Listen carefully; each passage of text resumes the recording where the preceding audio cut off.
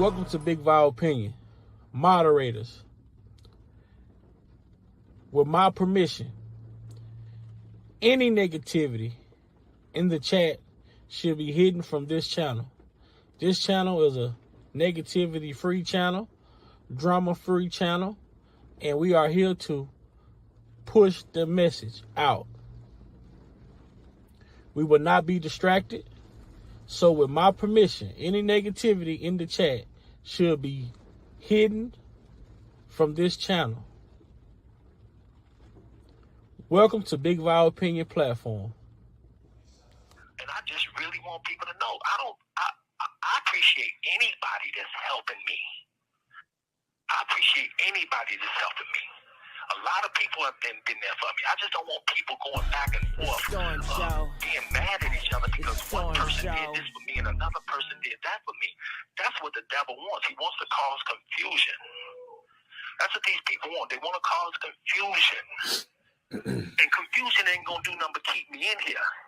But the lifetime, as far as quick on lifetime, as far as lifetime is concerned, there are real people, real women out here really being abused, really missing. They're really missing. They're really chained up in basements. I've been in here 4 years. I haven't seen one person that was ever chained up in a basement come forth for anything. But I tell you one thing, before Lifetime came out, I was minding my business. I was in the studio. I was working with celebrities. I had tours. But when Lifetime came out, all of that went away. Meaning, before Lifetime came out, I had no charges pending against me. Nobody had went to a radio station or had went to, a police station. It took a year to put together Lifetime. If all of the things they said I did on Lifetime were true, it only take a minute to go to a police station. But when there's a crime committed, you don't go make a movie on it. You go to the police station. Nobody had done that. I really appreciate that about you.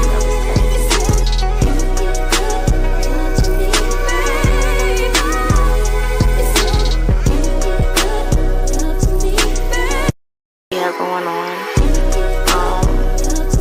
I really appreciate that about you.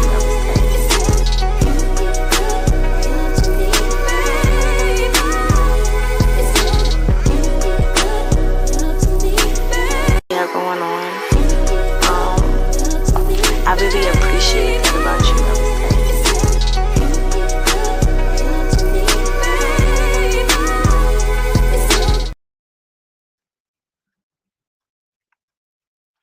What it do, what it do, what it do. Man, it's your boy Big Vile Opinion, man. Just getting off of work.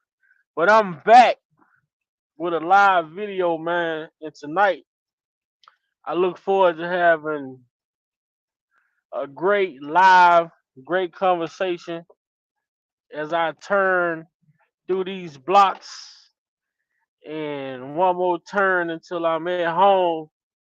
But what up? What up, Lady Earth B? What up, Lex? What up, Jericho? What's up? EJ, Ashley, what's going on? Hopefully, hopefully I'm able to get some of the fellas in here tonight, man.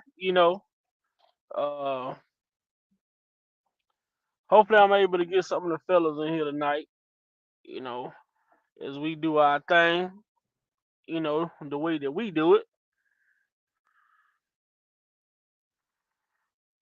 Yeah. And I'm sure you guys, ladies, y'all seen the topic at hand. So we're gonna talk about it a little bit. Let me know if y'all can hear me nice and clear. It'll be nice to know if y'all can hear me nice and clear. What up, man? Come on in. It's been a minute, so I know y'all want to hear some good content. Y'all want to hear, have a good conversation, a good debate.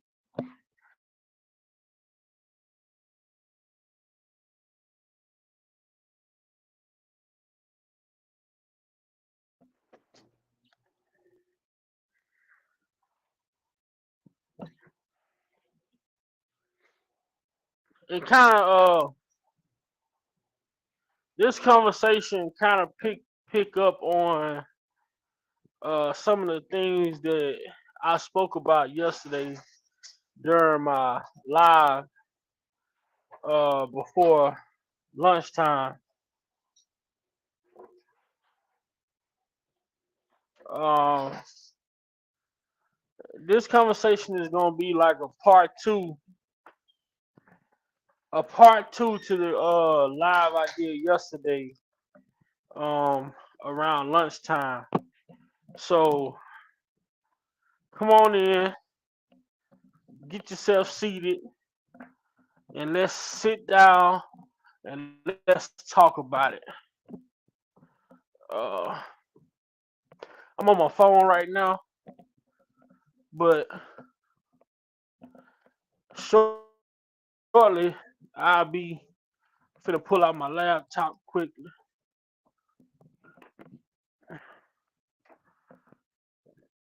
Excuse me, guys.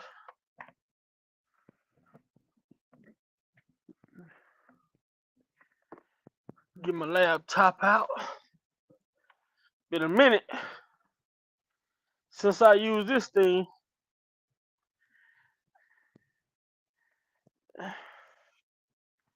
but tonight we gonna pull out the laptop.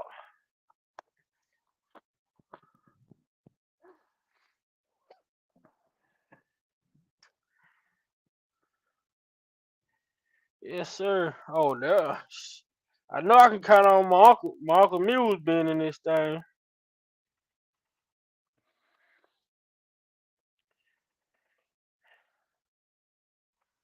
Why not let me? Oh, resend the invite, redo it, Go out and come back in.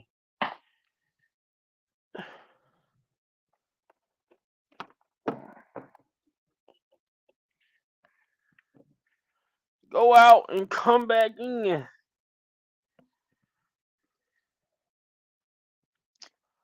Try to get this shit together, y'all. Bear with me. Sorry. But I got off work and I came straight home to try and uh get this knocked out because I promised I made a scheduled time to come on and we finna get into it though. We most definitely finna get into it. Man, anybody seen Jeff? Anybody seen Lil Mac? Anybody seen Sir Miguel, Derek, all them guys? Uncle Ray. I might have to go find Uncle Ray over on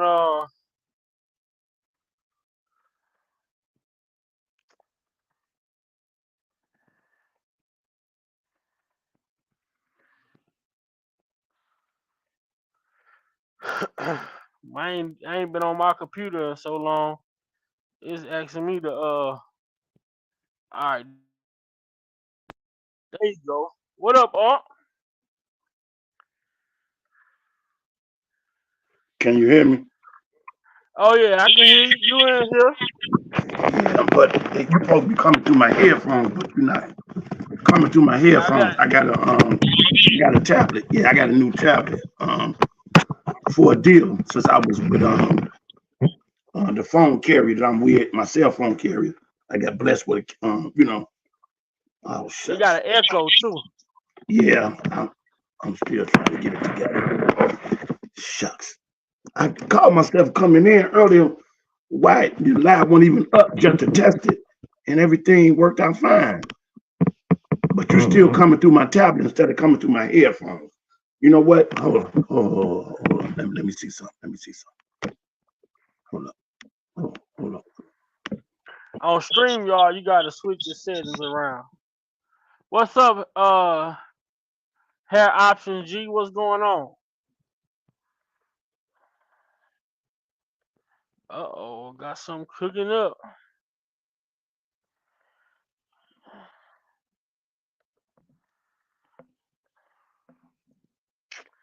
Come on, this old laptop loading up. Yes, sir.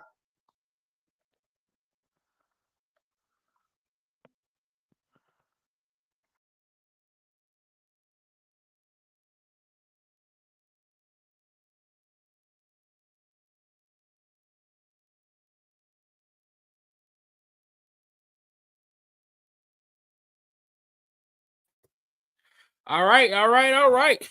We on the laptop. We on the laptop now. You know what I'm saying?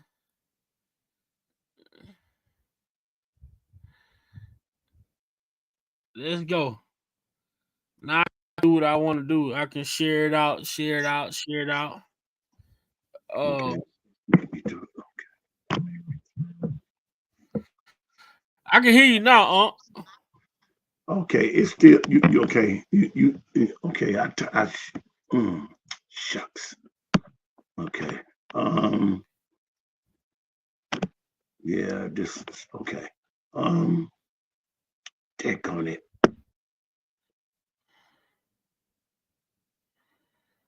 Mm. Yeah, man. So yesterday, I'm yesterday. If you wasn't able to catch my live yesterday, I did a brief live while I was heading into work, and I talked about and it was basically about some of the things that we are watching in this YSL case and some of the actions from these prosecutors, DAs, this judge, not the new judge, but both judges, the old judge and the new judge. And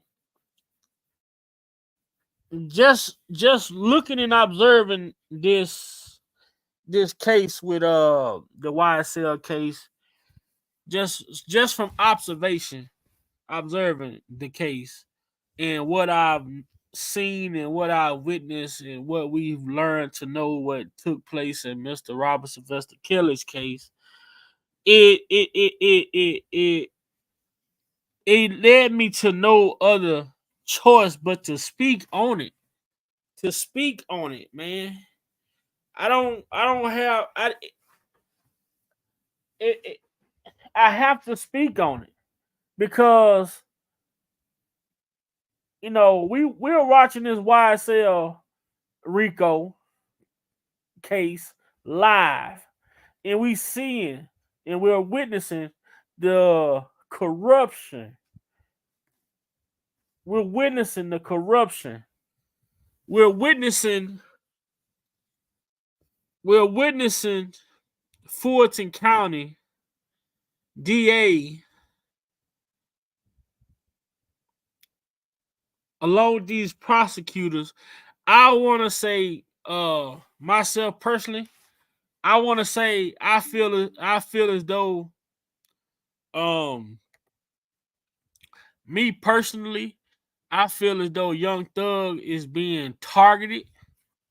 You know, I feel as if I feel as if he's being targeted, and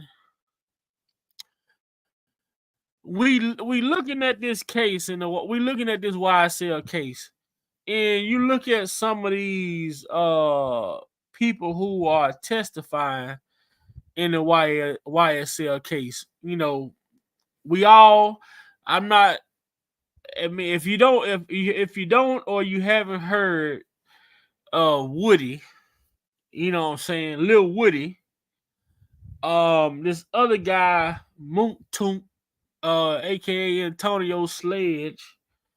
If you go back, if you've been watching the YSL case lately, man, here, um, and it's a Rico case where they trying to say, Young Thug is the leader, the boss. And with that being said, they trying to make him a shot caller as well. They want to say that Young Thug is the shot caller. But in order for them to be able to make Young Thug the shot caller in this gang that they are saying is a gang, YSL, they need the members of the gang to say that they acted at the directions of Mr. Williams. So you got guys that were a part of this YSL gang who have took deals and became witnesses for the state. And these witnesses were supposed to corroborate stories that the state wanted to present to the courts and the juries.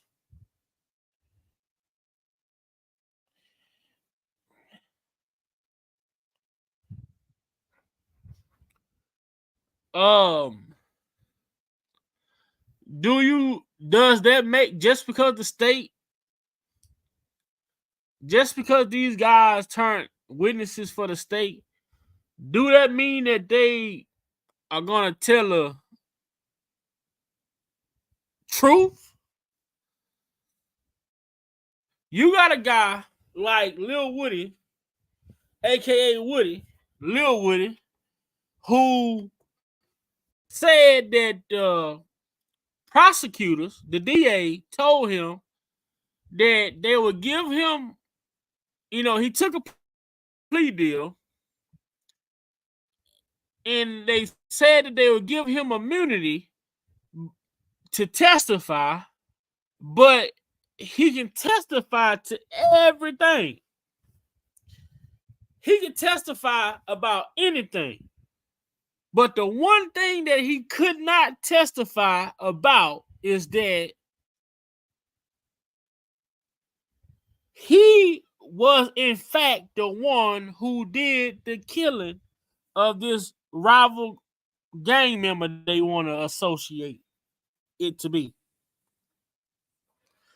So as they go into it, Lil Woody testimony comes to find out that Lil Woody was the one who broke into this rival gang member's car, stole his jewelry, pretty much sold it back to him. They put the rival gang members put a hit out on Woody's head. Woody got wind that there was a hit out on his head. Woody then retaliated. He admitted to shooting up the barbershop of Rich Homie Quan's father.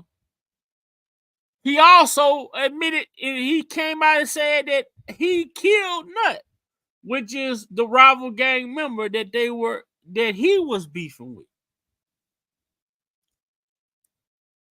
But they want to paint the picture that these guys acted under the direction of Young Thug. This other guy, Moontoon, it comes to the light with him, another witness for the state. But come to find out,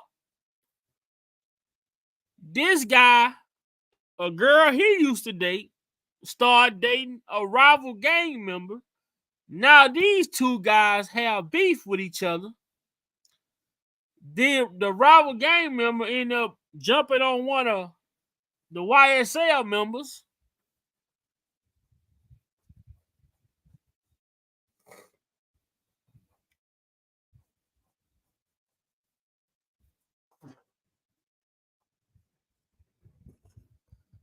What I'm getting at is what I'm getting at with the YSL, and why I'm talking about the YSL. And we know that we came here for Kels, is that we are seeing the prosecution, the defense, the prosecutors, the DAs, we are seeing them offer deals in immunity to people to try and corroborate a story to make one person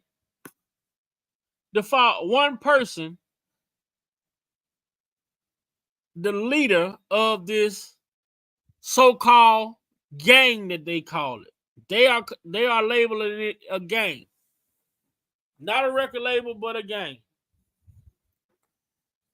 So earlier today, let me go to it. Earlier today, I posted to my community wall. And I was asking myself, all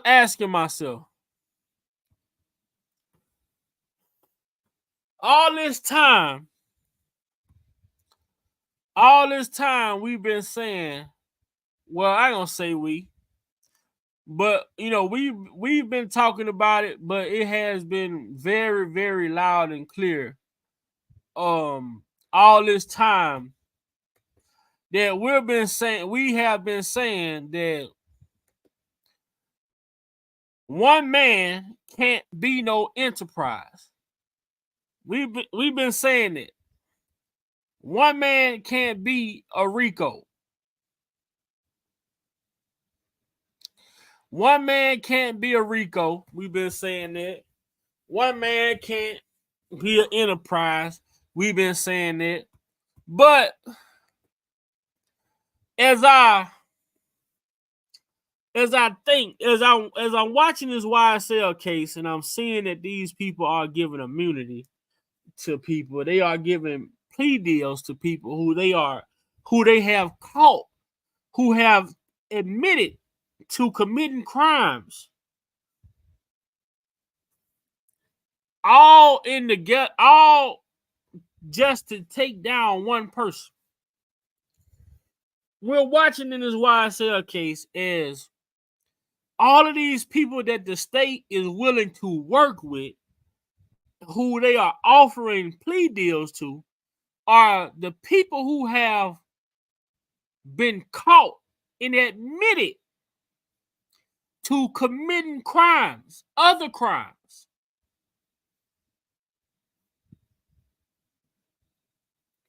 So now that takes me to Robert Sylvester Kelly. We've been saying it. YouTube been saying it. Most everybody in the KL sector been saying it. One man ain't no enterprise. One man ain't no enterprise. But to us and what we've seen and what we saw, that only one man have dealt with all of the bullshit,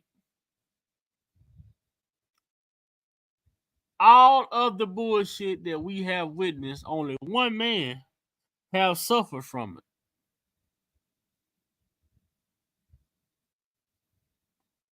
Only one man has suffered from it. So when we say one man ain't no enterprise, because we are watching and we only seeing one person, we only hearing one person. But when you go and look into what they say, what the government is saying. Help us out. Now this is from R.Kelly New York trial. It says, as proven. Now this is a big statement.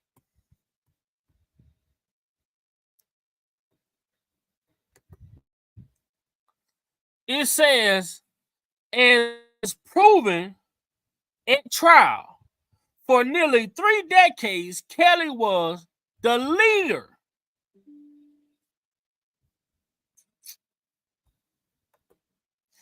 Kelly was the leader of a criminal enterprise. Now, the government is telling us who the enterprise consists of. Now, we've been thinking that Mr. Kelly was a one-man enterprise. But here's the government telling us that, hey, There were other people involved, but for us, the public, to not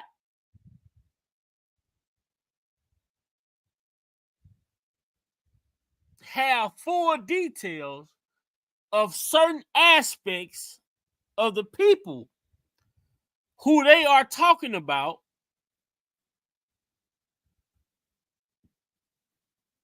when they say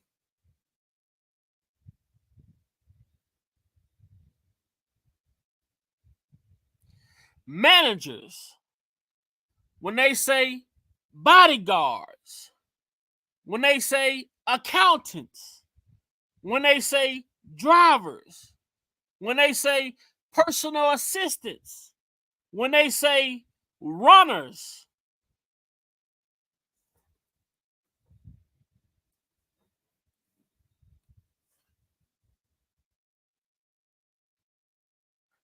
you got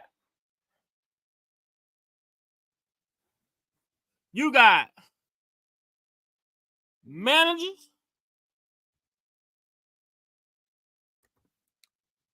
you got managers, you got bodyguards, all of these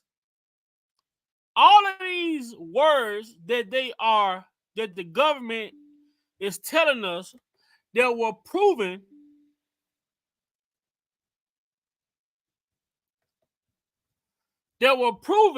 in court, that they claim were proven in court, was proven with the help of these managers, bodyguards, accountants, drivers, personal assistants, runners.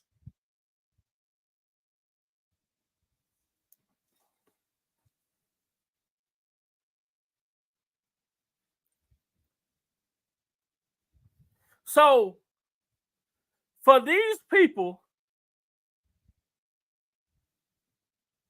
so now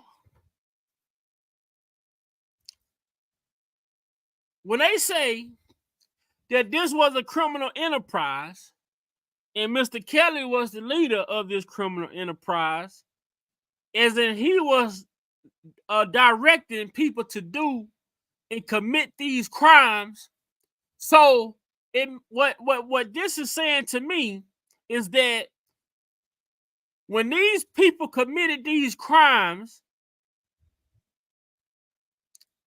when they went out and got these people, when the government or when the feds went out and got these people who they say were part of this criminal enterprise and committed these crimes on the behalf of Mr. Kelly,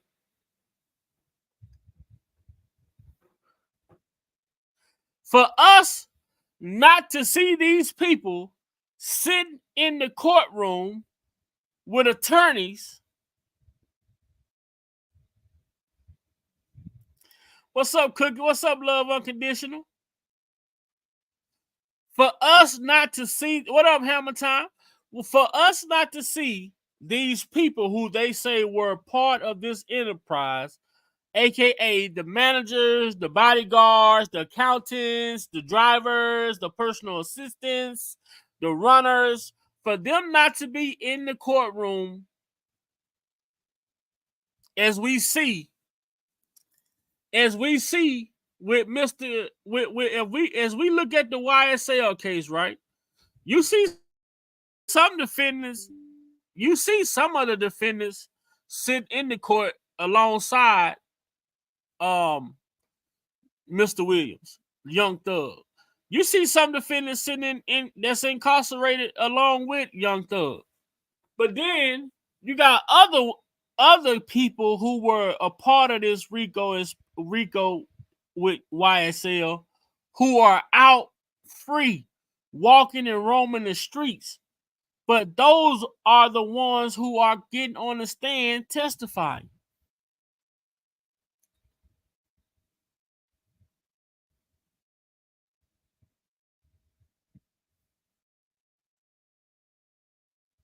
So Now, if you look at what they saying, what they telling us is that all of these people that they are speaking about, the managers, the bodyguards, the accountants, the drivers, the personal assistants, the runners, all of these people cooperated. They cooperated with the federal government's theory that Mr. Kelly was running a criminal enterprise.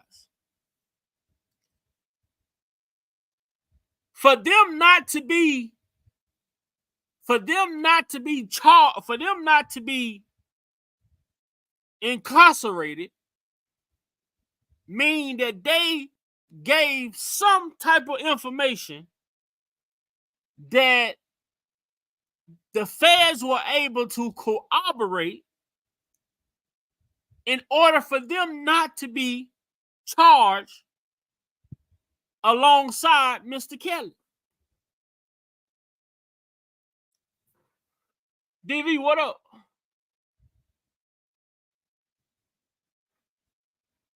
So when I say I want to see the plea deals, I want to see, because I'm going to tell y'all how bad these people wanted Mr. Kelly. And I'm sure people that's in the chat can attest to this.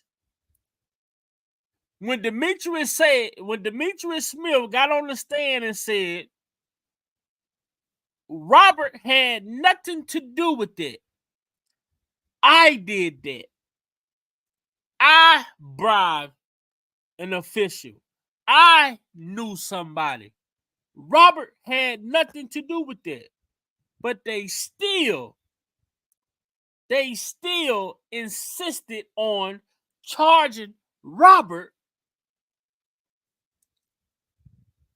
with the bribery of an official.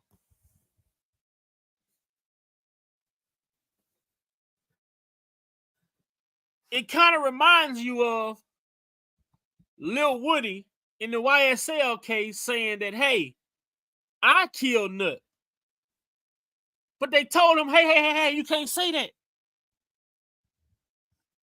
They say, we would give you immunity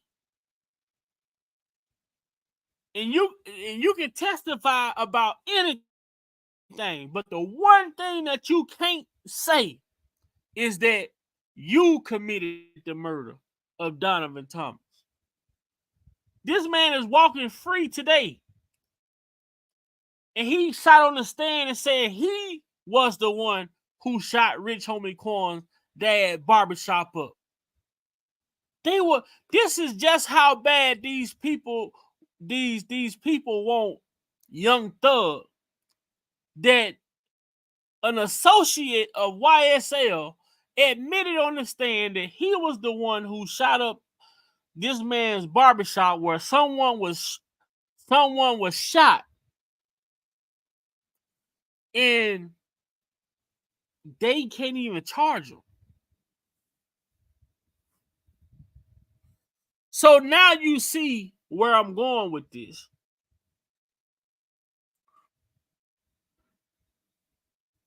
When it comes to Mr. Kelly,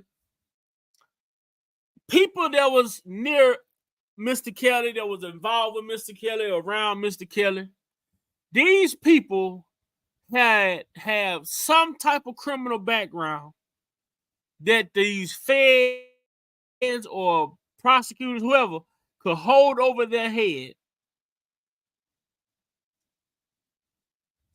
And when they put the squeeze on them, okay, well, look, we know you did this, and this right here carry this much time, but hey, you may be facing 20 years in prison, but we can fix all that if you testify.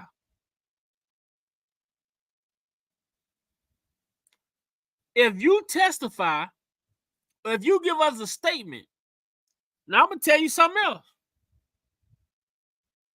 Now y'all see y'all all recall Gunna, right? Gunna, the rapper Gunna, right?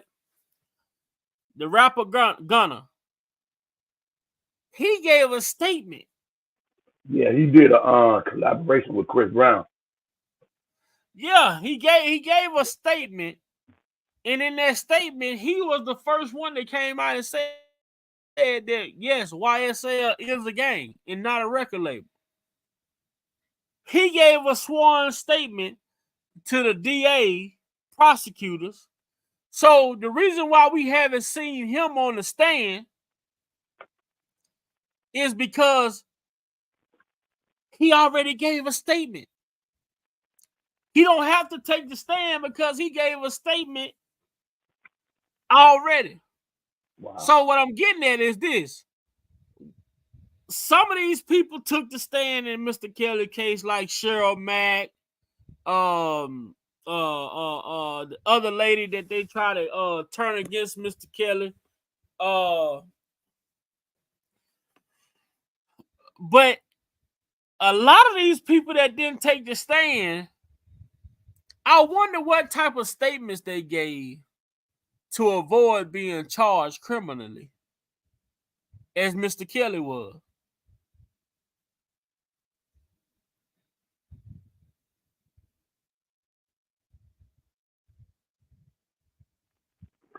It, I'm thinking, based on what you just said, nephew, that it don't matter what they said or not.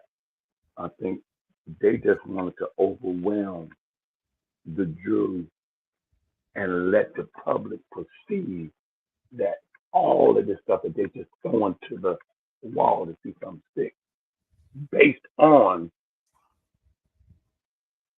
the allegations and the rumors that have been going on. So my point is, and I yield back, it was strategically done, very calculated and very carefully and very evilly done, very wickedly done. So I'm like, what was it about this black man in America that's a human like any other individual that all of the charge you have, there's nothing illegal about this person's lifestyle that's on the books of law in court, but you fabricated and twisted and manipulated something. What was the impact of this person that was such a threat to you that deserves from what this person's impact of influence of music that he embodied that birthed the generation? Who was it that was a threat to? I'll let that breathe in your back. Mm-hmm. And when you look at this shit though, the biggest thing that I really want people to understand is that we have been thinking that we have been assuming that R. Kelly has been charged as a one man RICO, as a one man enterprise. We've been saying one man ain't no enterprise. The government, we've been saying one man ain't no enterprise for years. And right here, they're telling you who the enterprise consisted of. But we only saw one man on trial, which means all of these other people who they say were a part of the enterprise.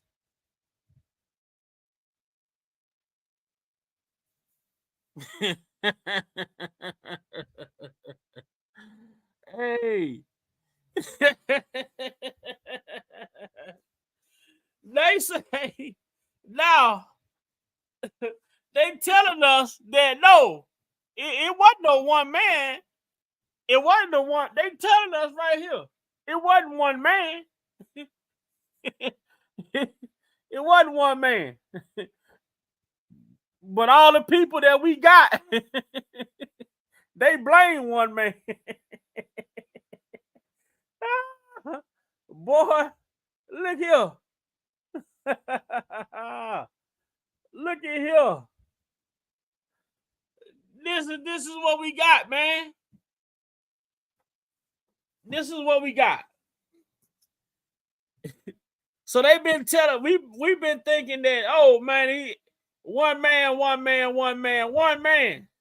No. What we have here is that all of the people that they are claiming that was a part of this enterprise, these people caught they caught deals.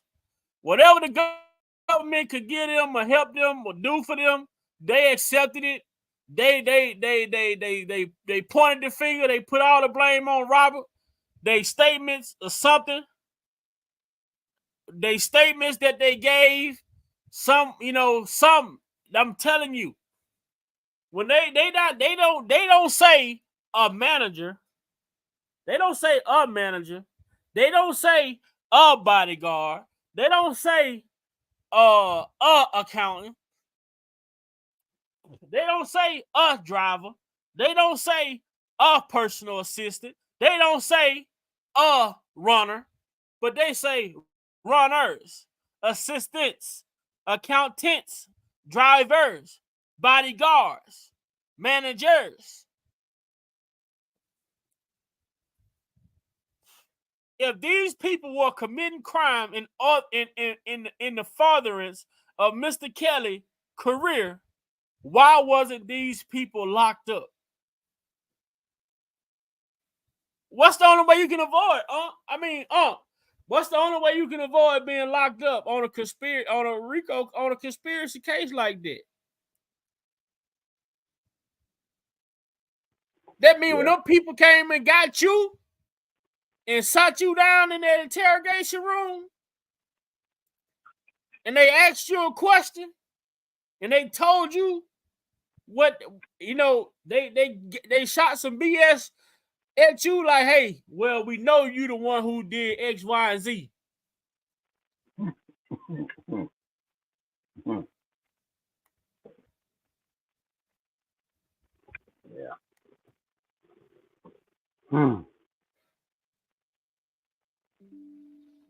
See, this is what happened. When the feds went and picked these people up, they scared the fuck out of them. Yeah. And guess what? All this shit that we done told you we got on you, we can forget about all of that if you can give us what we need from you. Hey, just to sidetrack, but still be on point. There is one individual that they not only underestimated that didn't work on, and when this individual got on stand, man. Chapter 7, he got up there and told them, get it out, nephew. He said it. Now, Robert didn't have nothing to do with that. I bribed an official. I the one who told, who took Aaliyah down there. I did that. But that wasn't what they wanted him to do. Yeah. He admitted. Now look at this. Okay. Now we go back to that trial. Okay. He admitted to bribing the official. He admitted to having a friend that worked in this public aid office. But they still charged Robert with it. Yeah. He also admitted to being under medication, on medication. You know why they still charged Robert with it? Because the statement he gave in private. Oh Lord. Oh Lord. It was nothing he could have said on that stand even goddamn matter. You see how, if you've been watching the YSL case, this guy that they just had on the stand, Antonio Sledge, Moontoon, he got up there and he signed a plea deal. And his plea deal supposed to have evidentiary facts in it. He wanted to get out of jail so bad. He signed a plea deal and didn't even know what the fuck he had signed until they was in court the other day. They started reading the conditions of the plea deal. It got him saying that it's to his knowledge that all the shit that the prosecutors are alleging that YSL was doing in the street, that they was doing. It's like he snitched. If it wasn't for his lawyer having emails saying that, hey, my client did not like when y'all said that him shooting at a certain individual was something that had something to do with YSL, because it didn't. Because this dude that was on the stand, Antonio Sledge, him and another dude from a rival gang was dating the same girl. And they had beef with each other. But the thing what the prosecutors did was try to make the beef about YSL versus the girl. But the dude told the prosecutors when they sent him the plea deal, he told them that, hey, this ain't right. Y'all need to change this.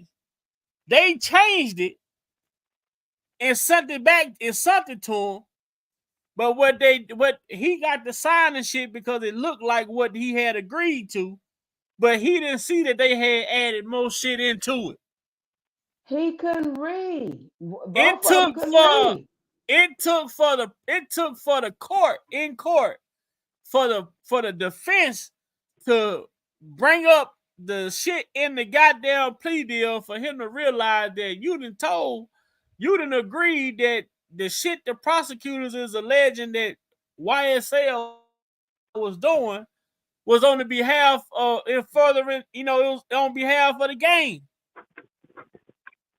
Then he had a fucked up ass lawyer too. His lawyer sat there and had the man sign the shit and didn't even go over it with him. Because he thought that they sent him the version of the plea agreement that he had went over with his client. He sent it back to them and told them it's good. And when they sent it back, he just had his client to sign it, but they had put more shit in it. They had put so much shit in it on to the fact that the crimes that he admitted guilty to doing, he could only serve, he was facing up to 30 years. But this prosecutor in this YSL case, when she structured the nigga plea deal, when you get to the nitty gritty of it, he could do up to 35 years in prison. They had added 5 more years onto the 30 years that he was facing. He didn't even know it. And he just signed the shit. Woo, man. Yeah. Then his own lawyer sat on the stand and say, I must have missed it. I didn't read it. I didn't go over it. I must have missed it. I must have what? Everybody, how you a lawyer? How you have your client just sign something without going over it? But he was under the impression that the prosecutor sent back a version of the plea agreement that he had signed and told him that, okay, this part is right. They redacted and did a whole nother. They had like 5 to 6 versions of this plea agreement. 5 to 6 versions of this plea agreement. And they were supposed to have been signing version 3, but they ended up signing version 4. And version 4 was corroborating all the shit that the prosecutors was trying to say that Young Thug and the gang was doing. Wow. And I'm saying that to say this. When we look at this case with R.Kelly, man, when you see that the government say it was proven for nearly 3 decades, Kelly was the leader of a criminal enterprise. You mean to tell me a nigga is the leader of a criminal? You mean to tell me that the nigga is a leader of a criminal enterprise that don't even control his own money? Speak about it, baby. Make it make sense in the words of Prima Donna. Hmm. You mean to tell me a nigga is a leader of an enterprise that don't even know how much money he got? And can't read. Can't read. Well, he said. I mean, reading was not so much of a problem as it was the spelling. He can You know, what I mean? read, but he's not fluent. Right, He can right, read a right. little bit. He Which is can't a lot of us in comprehend. America. Which is a lot of us in America. If you really want to get real technical about it, you know what I'm saying? As Yeah. as Right. as Trump said the other night, run, pug, run. Yeah, but you know Right. that. But Right. run, spot, run. We Right. that's what we good with, the run, spot, run. But what people don't understand, nephew and my brother, I have been saying this since 2019. Right. It ain't what you think it is, Right. because at the end of the day, these people had to go to the freaking grand jury, Yeah. Yeah. and you They thought you gave wasn't gonna be found out. Mhm. they gave statements. Yep. Yep. They didn't just give statements. These accountants, these managers, these bodyguards, these drivers, these personal assistants, these runners, they gave corroborating statements.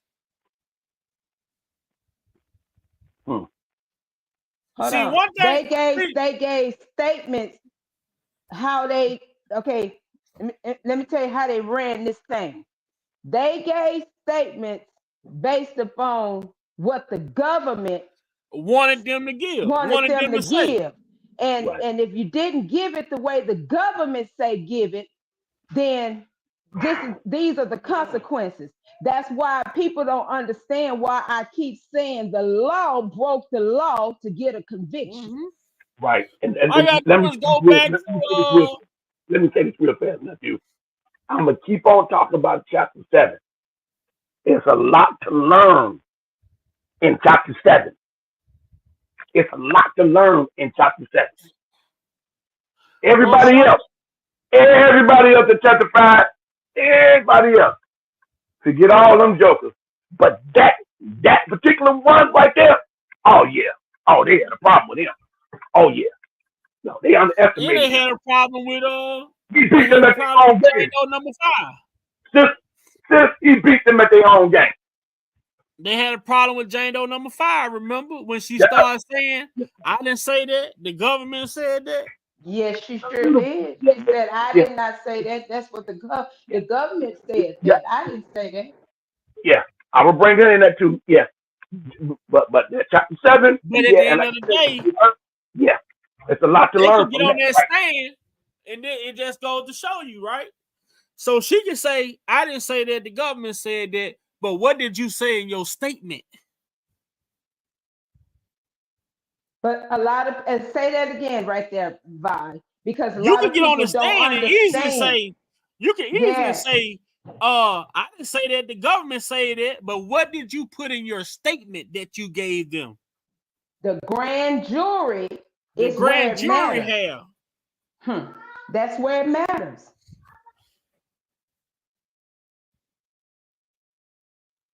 You see what I'm saying? Now, this shit with Robert, man, this shit with this whole R.Kelly case in general, man. And Q Nundra, man. Q, I don't know. I haven't heard from Q or seen Q. I ain't been on in a minute.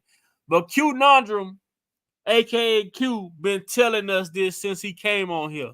He said everybody that wasn't in that courtroom that they say was a part of this enterprise, all these guys, ladies, whoever, these people have taken deals with the feds. They was in the courtroom, but they wasn't in the courtroom on the stand. Q Nundrum say these people have taken deals. That's why they're not being charged as Robert Sylvester Kelly being charged.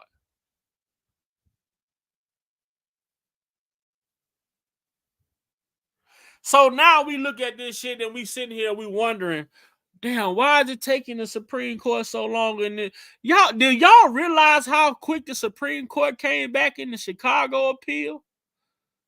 But did you hear Jennifer? But I want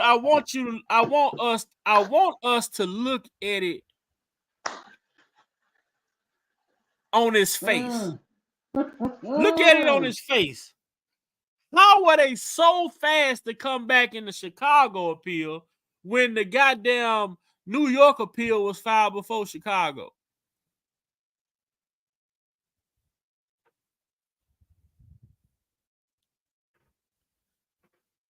I thought New York was after. New York trial came first. Yeah, New York trial came first, but I thought the oral argument and the sentencing came. And then once the sentencing came, then that's when after the little time, however long they had to do, then you can put in the appeal paperwork. But the appeal paperwork for the New York process was put in before Chicago. Yes, it was. It was. Hey, nephew, I might have to reset my tablet because I'm still learning this on my battery thing. So I'm still learning it. So just in case I fade out, that's all that's going on. I'm resetting it for the bat. Don't let to plug it up. I got it plugged up, but I'm still learning little kinks out of it. So just to let you know. All right. Then I want to go to this one right here too. Make sure we don't skip over this one. Right here. Now, the evidence. They say this is the evidence. The evidence at trial included the testimony of 45 government witnesses. Now we talking about these runners, these accountants. These people, friends. These were the people. Now, these are the people. Some of these 45 people are a part of the RICO, but they turned government witnesses versus being charged.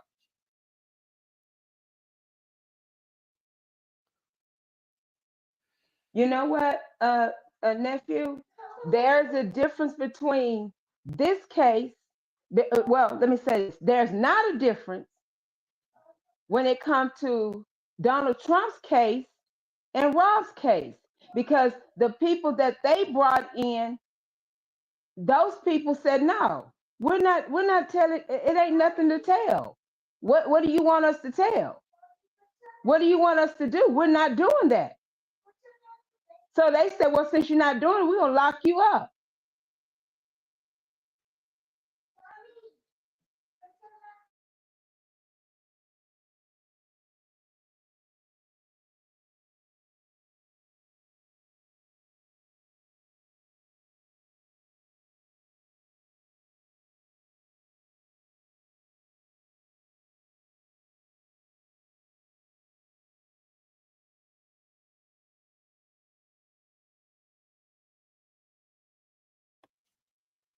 Nephew, you here? I can't hear. Sorry about that. I had muted it for a minute. So, and I see Larry talking about Fat Boy Jimmy. Now, even with Jim Derogatis, right? Even in the YSL case, right? The guy Lil Woody in the YSL case, who was a co-defendant of Lil Woody was a co-defendant but turned witness for the prosecutor. He wanted to plead the fifth. He invoked his Fifth Amendment right, and they locked his ass up. And they told him he gonna be locked up until the end of the trial, or he get his act together and testify. Then on the other hand, you got Jim Derogatis, who was supposed to testify. He pled the fifth, and what happened with that? And sat his fat butt in that trial the entire time in Chicago.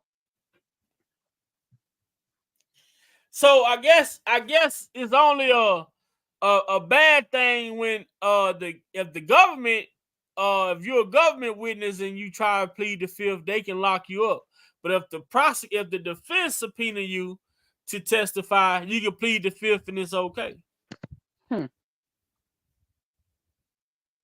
People better start waking up and understanding what's really going on.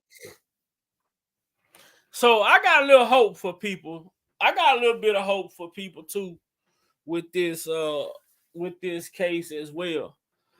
Now you see as it go down, it says 45 government witnesses, including more than 10 victims. Now I want y'all to pay close attention to this because I'm gonna play this video, and I want y'all to listen to what this Supreme Court tell this prosecutor in this Supreme Court video. So they said including more than 10 victims. Out of the 10 victims, only 5 of whom are named in the superseding indictment.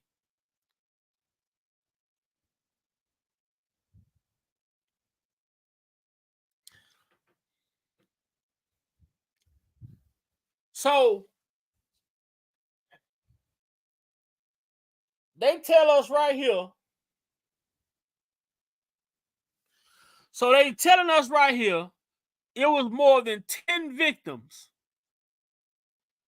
that testified against Mr. Kelly.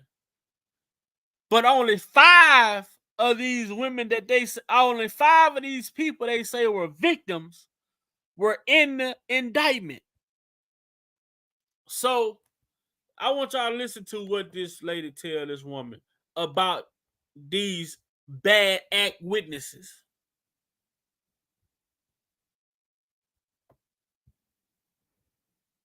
Among our major arguments have been the fact that there were multiple prosecution witnesses who gave inconsistent statements that kept changing, and that some of these clearly had no case against the R&B king, but were nevertheless brought to trial. Their purpose was to further depict R.Kelly as the predator that was alleged to be.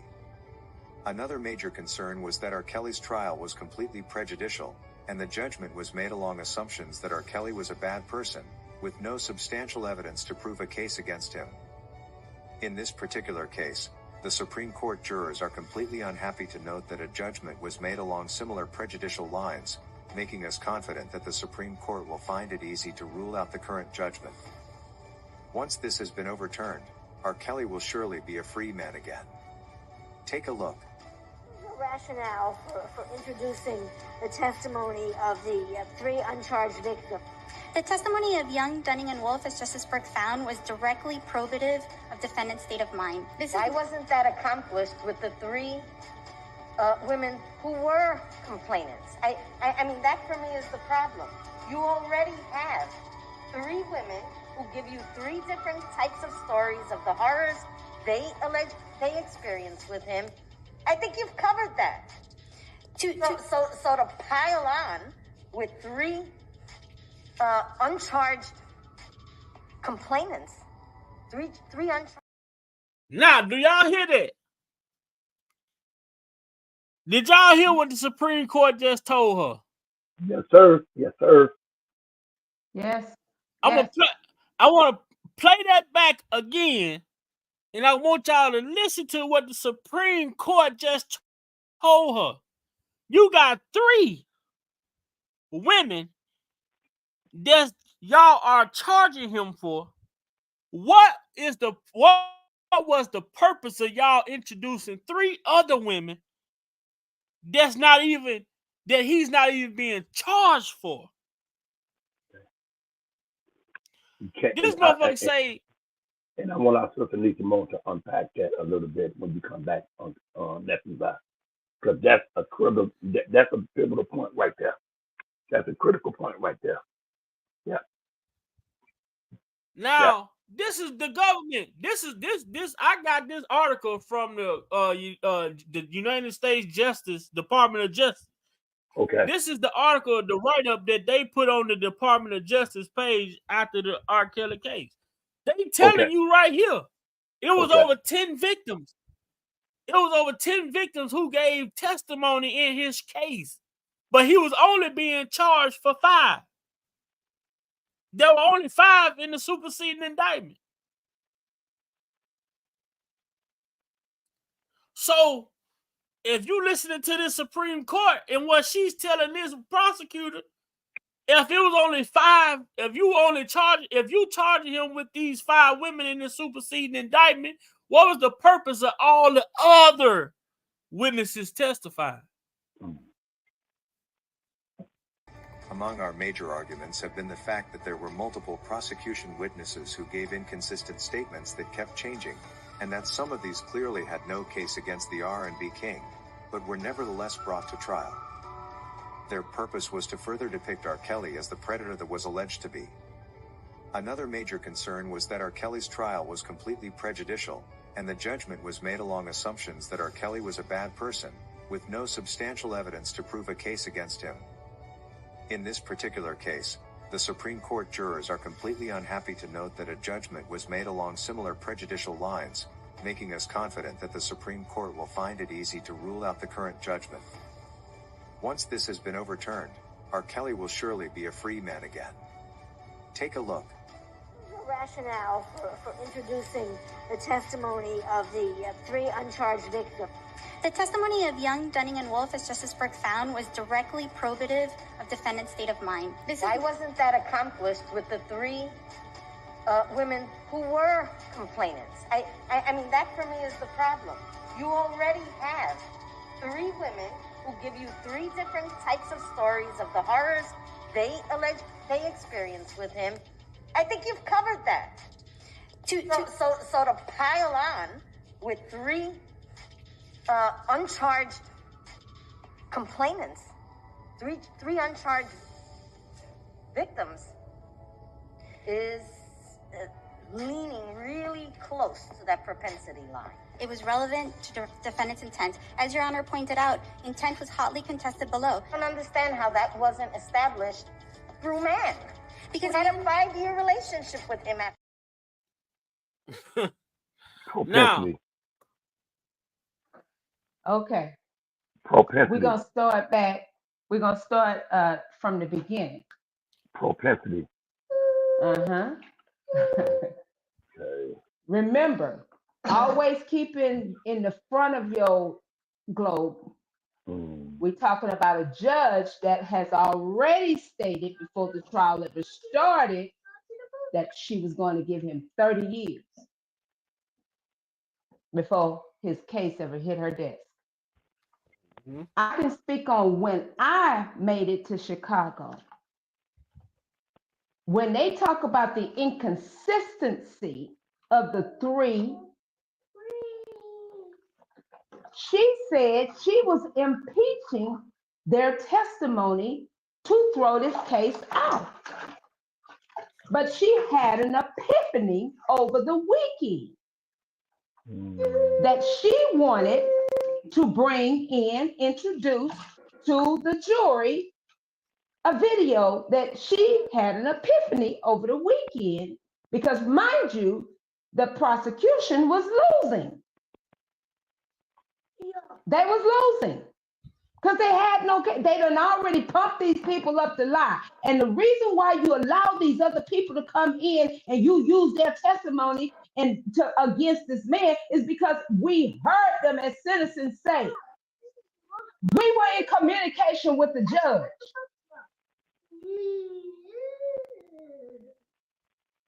How were you in communication with the judge?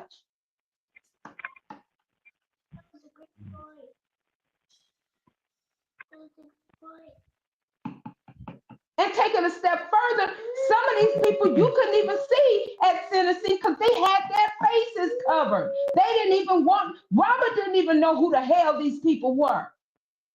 Hey, Pops, let's go.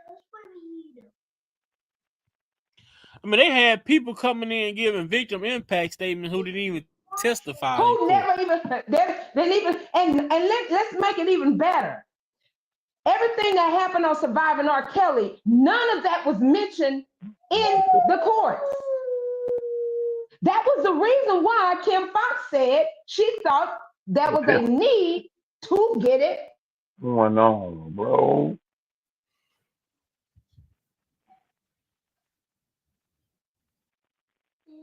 What's going on? What's going on? Why? What's the issue? I'm fighting with that tablet.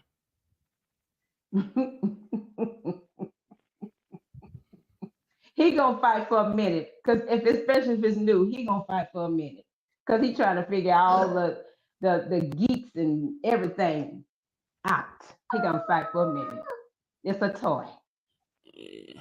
But I do think I do now as I sit back and realize, as I sit back and think that, you know, we've been, we really I don't say we've been hoodwinked, but so when I read that article, it just when I read that article, it just put everything into perspective. It wasn't no one man Rico. He But just but but his but co but, but, the but nephew, co-defendant. nephew, hear me. And I don't want to grudge up no old nothing. But when you got someone on there saying, we got bus drivers, we got this person, we got that person, we got people to lie. Yeah, I don't know what else to say. I'm back. yeah, I know I don't know what else to say. that's it. That's it. This is it, man. So you know, and this is just and my whole thing is this is not to discredit nothing that no one done. My thing is I want to see the fucking deals that these people took. I want to see the statements that they made. I want to see what information they gave. What did they corroborate? Because Well, in order I'm for going to tell you, your friend Kunandra said it's there, but you got to know where to go find it. He said it's there. It is there, but we have to know where to go find it. Anybody that has given a testimony of in the course, unless it is sealed, and Rob's case is not sealed, so therefore everyone's testimony is there.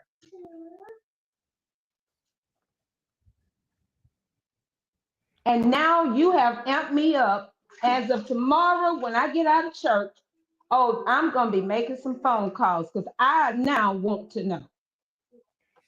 I would love to know. But then they try to use that. They try to turn around and see they did a lot of shit they did was purposely. And see they try to use that intimidation shit to be able to hide who people are and hide who said what. Because they want to say, oh, he got people out here on the streets doing this, he got people out here doing that. But all that shit was purposely done. It was done so that they could be able to try and tuck away all these people and all these statements that they gave different shit, because guess what? They want to make it seem like, oh, if somebody told on Mr. Kelly, oh, he got people out here willing to go do something to hurt somebody. So now I'm looking at a lot of shit that we witnessed over the 5 years is like what people are saying. A lot of this shit was strategically done. We How you know gonna it was strategically done.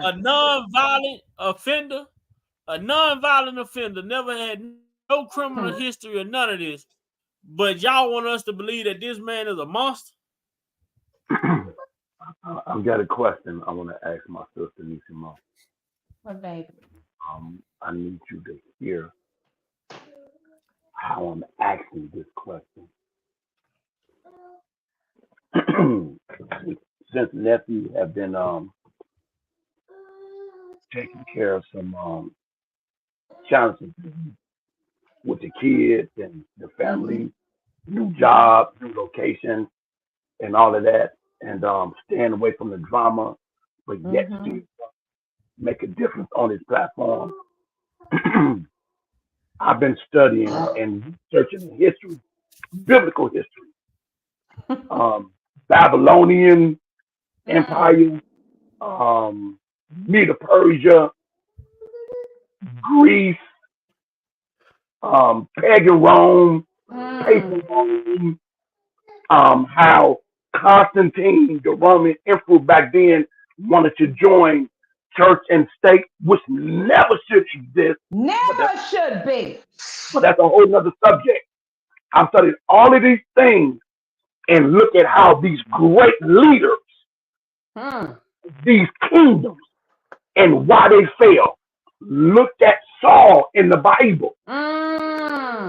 God took his Holy Spirit from Saul and appointed David. But yet David wasn't in position yet. And God had to tell David, even though you are appointed and you are anointed,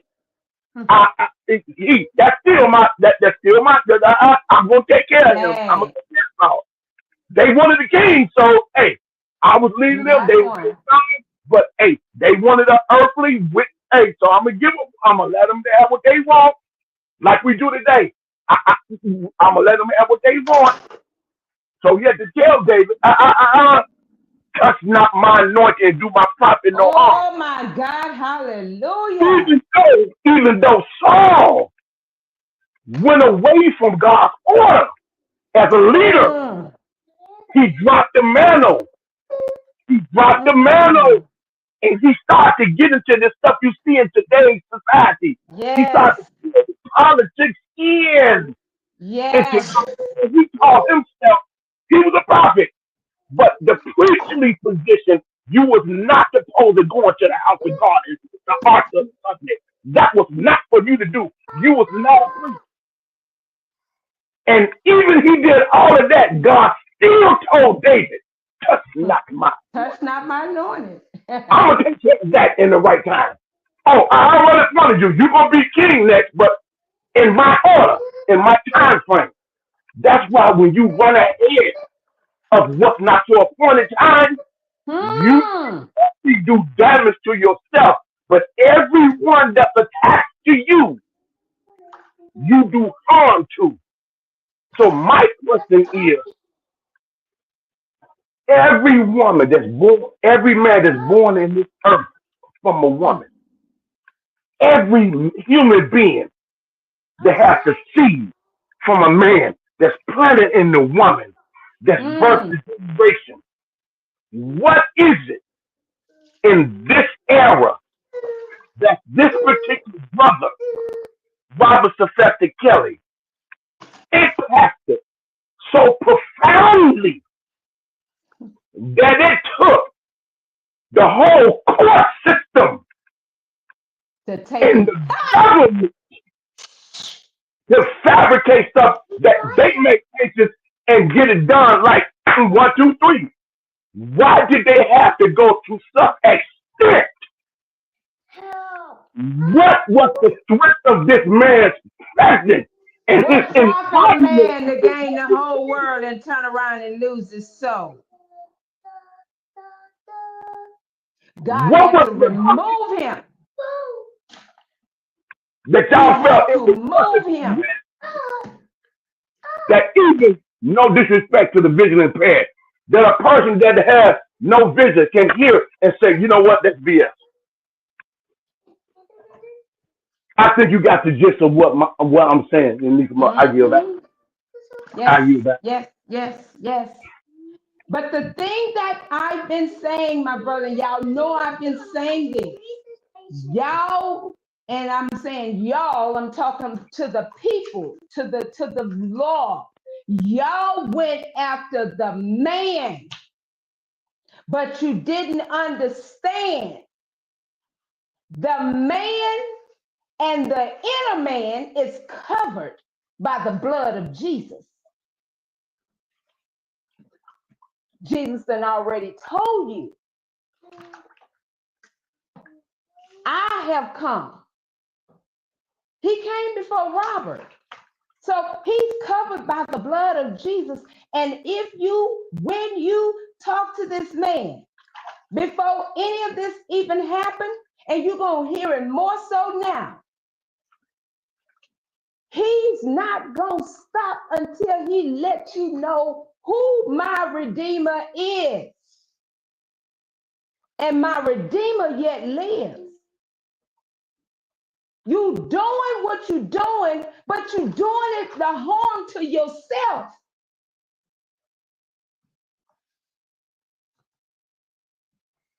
Your phone is right there. Regardless of whatever this man has gone through, it's no reason for anyone to fabricate lies and stand on these lies and believe these lies. Yeah.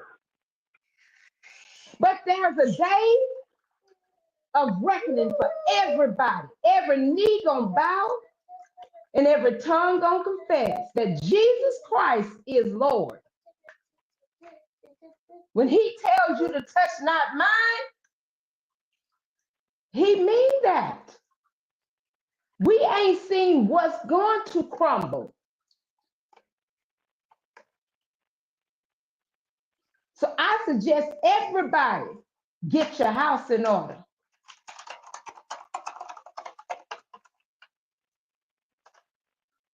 But he's coming back and he's coming out better than he went in. God had to sit him down. And you said something, my brother, that was very profound.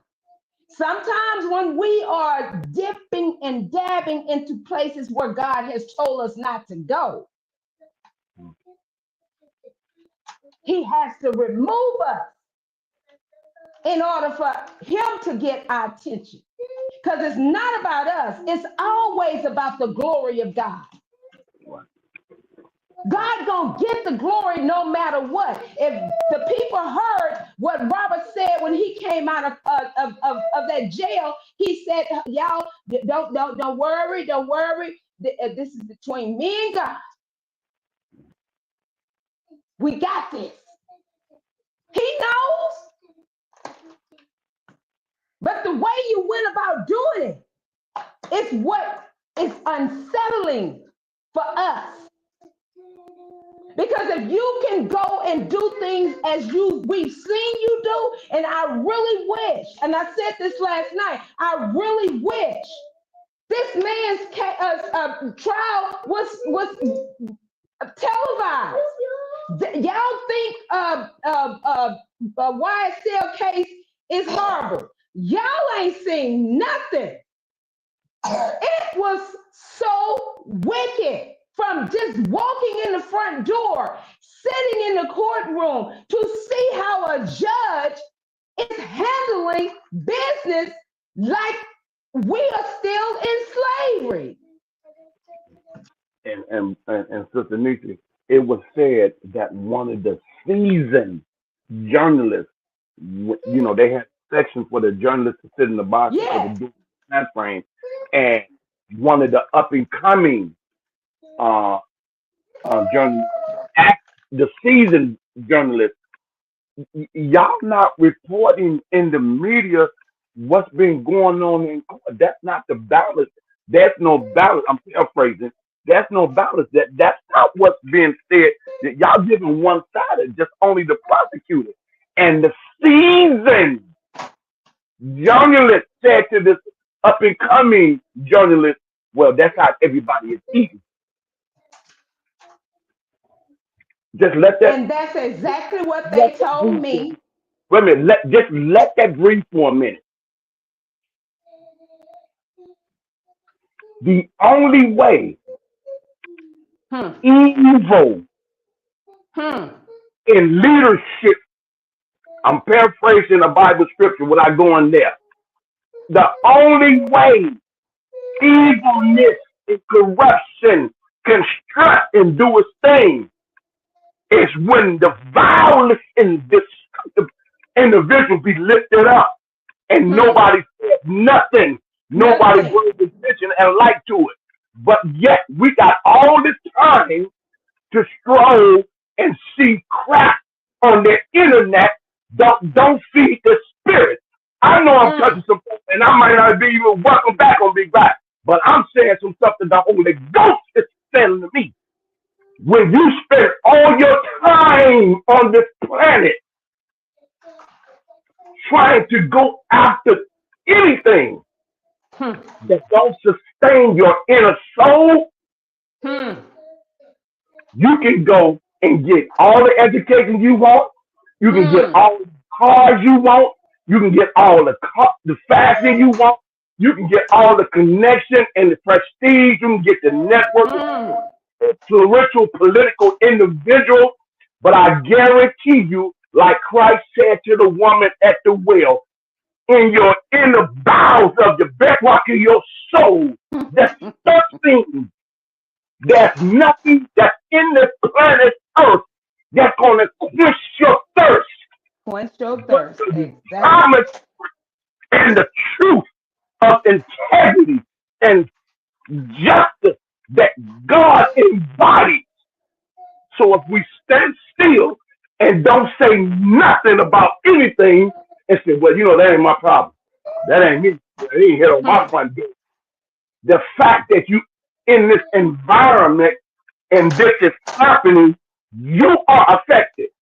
You are affected, because if it happens here and you sitting here saying, well, it ain't affecting me, or why is she talking about that? Because it ain't got nothing. Oh yes, it has a lot to do with me. If y'all heard that little bitty one in here groaning and mumbling, that's my grandson. I fight for him. I fight for these two that's on the phone on this line with me. I fight for my husband. But at the end of the day, if we don't fight now, Yeah. we're going to lie down later.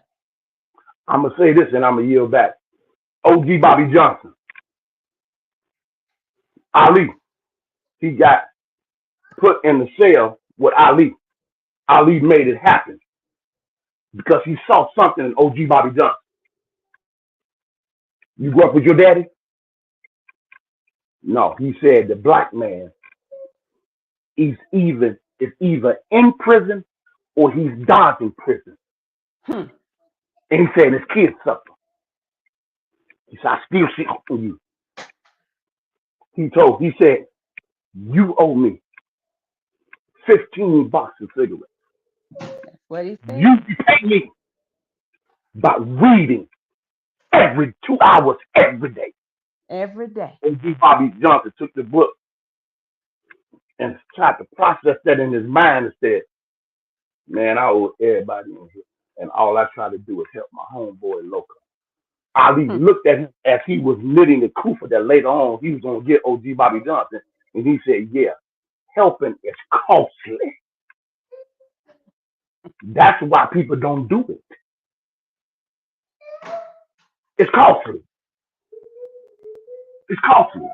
That's why relationships fail and don't work. Because you're there to serve. If you haven't become a whole individual and dealt with your inner soul and your issue, and yet you turn around and got brokenness, you got bitterness, you got unresolved issues, you got trauma that you haven't dealt with, whatever your family dynamics when your parents have to do, and then you turn around and try to, purpose in life. You're going to show them, and then you get in leadership, and then you get in government. You get in a position where you are judge over the bench and federal judge, and you preside. And then you still fragmented and broken. That's the evil spirit that you have opened your being to embody you. So my point is, you can't look at this stuff and fight it in the natural. The only way people getting all this little stuff and saying all this stuff in our years back, that all this crap is because their inner soul, their house is not in order with the Creator. That's it. So they open up with the drama. That's why my nephew ain't said that he's not going to touch it. That's why he hasn't been on YouTube.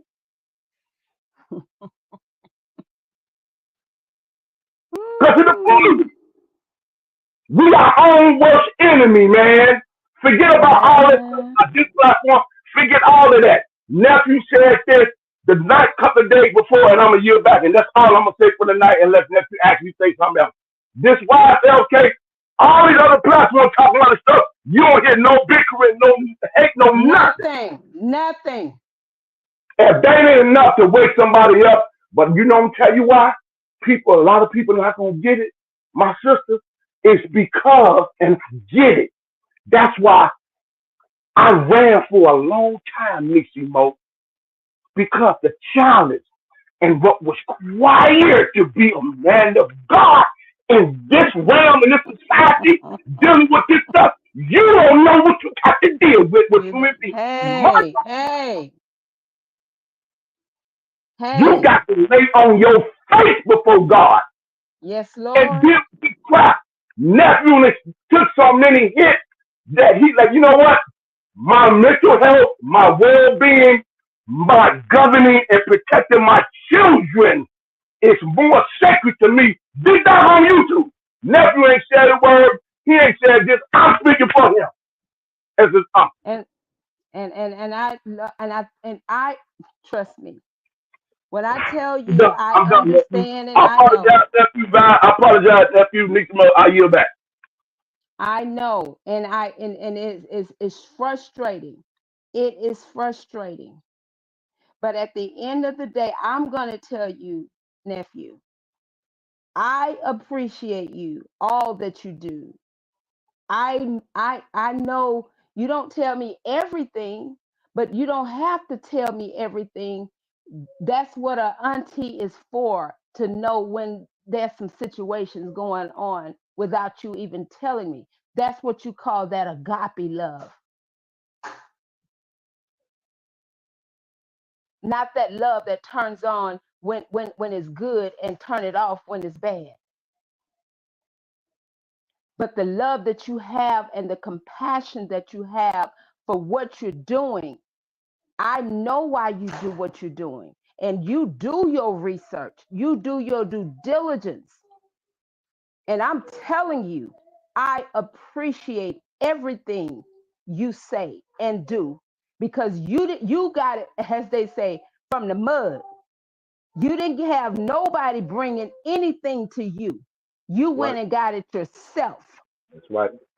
And that's why you can appreciate what you do and how you bring it. Yep. Because at the end of the day, only what you do for Christ will last and gonna be counted in the end. What it's gonna cost you though? It's gonna cost you. It's definitely gonna cost you. But if you're looking for a pat on the back from these crazy, hey, you've already been paid in full. It's been paid. It's been paid. You know what I'm saying? And that takes me back to thinking about what Rob said. What I would like to say, Rob, what R.Kelly said in the interview. I don't know who that lady was. When he was talking about Miss Lena McGlynn, and he said one thing she told him. She say, you know, I understand what you done been through. She say, but that ain't nothing compared to what you gonna go through when you get to the top. Nephew.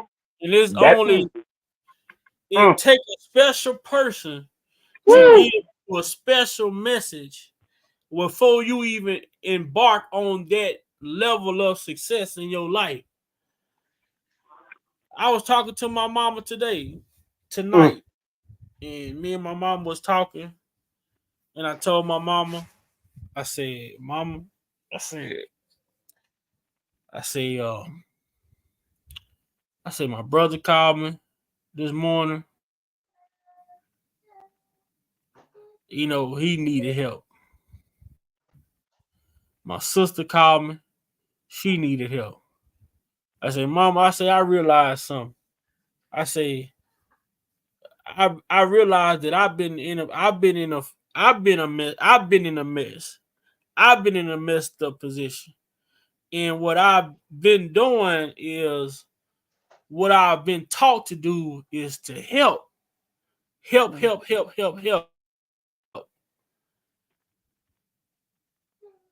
And I'm stagnating because I'm helping, but I'm finding myself, instead of going forward, I'm going backwards. And then when I'm needing the help, the same people that's calling me for help, I can't call for nothing. I told my mama, I say, I don't mean to sound bad. I don't mean I ain't trying to be mean or I ain't trying to be.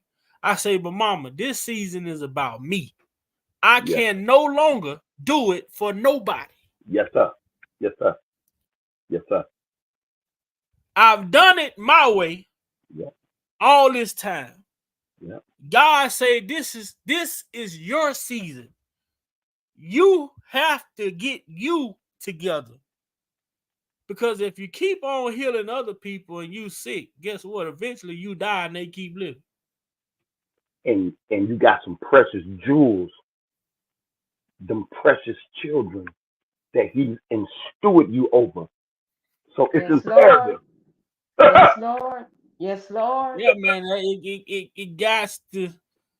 I say I done it, man. You know, and I appreciate it, man. I appreciate so many people, and through this YouTube, I built a family and resources through this YouTube that I thank God for. You know, it's only God because God led me to this platform.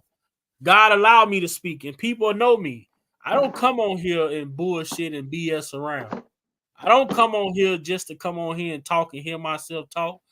I don't do that. I always say if I don't have nothing informative to give to the people, you're not going to see me. I'm not just going to come on here and go live while I'm riding in my car or while I'm sitting on my couch or just randomly on here just bullshitting. Causing havoc. Each and every time I come on this press live on my YouTube channel, I try to bring something to the table that people could eat off of. No matter how small it is, it's always going to be enough. I say, but it's crazy, right? How this R.Kelly sector, right? You know, it's the R.Kelly sector, man. It's so crazy how some of the stuff that went on within this sector went the way it went. But you drop a breadcrumb and you see 100 fucking ants on one breadcrumb. Yes,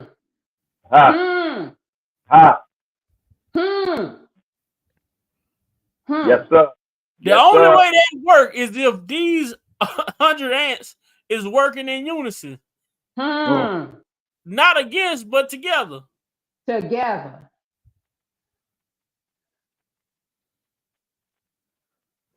The word of God said there's a way that seems right, but the end thereof is ways of death.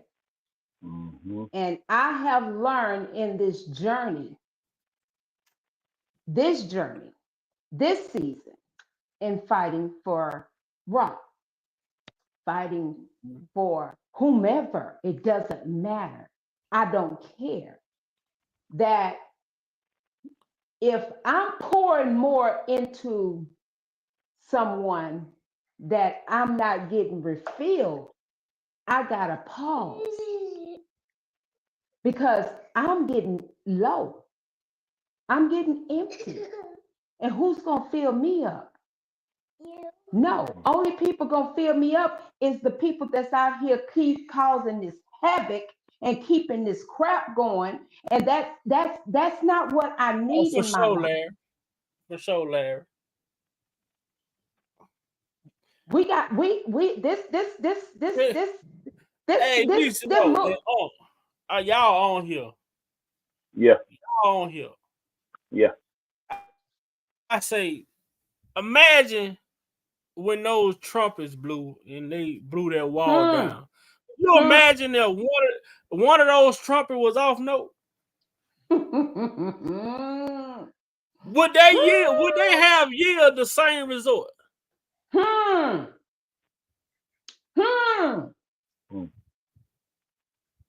If one of those trumpets was off key, could they have done what they were able to do?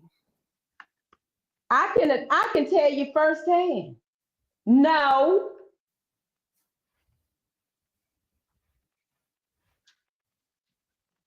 No. It's like they say there's one thing, you gotta have an ear for it. When you got an ear for it, it's like it's your job. You know how they say if your job is to listen to, is your job if it's your job is to listen to, just say an engine run. You start that engine, guess what? If you got a misfire in the spark plug, you gonna be able to hear it, right? Right. If anything on that engine is not working the way that it's supposed to work, guess what? That don't mean it don't mean that the car won't run, but guess what? You gonna be able to point out what it is and listen to what it is that's going on. You know, if that's your expertise.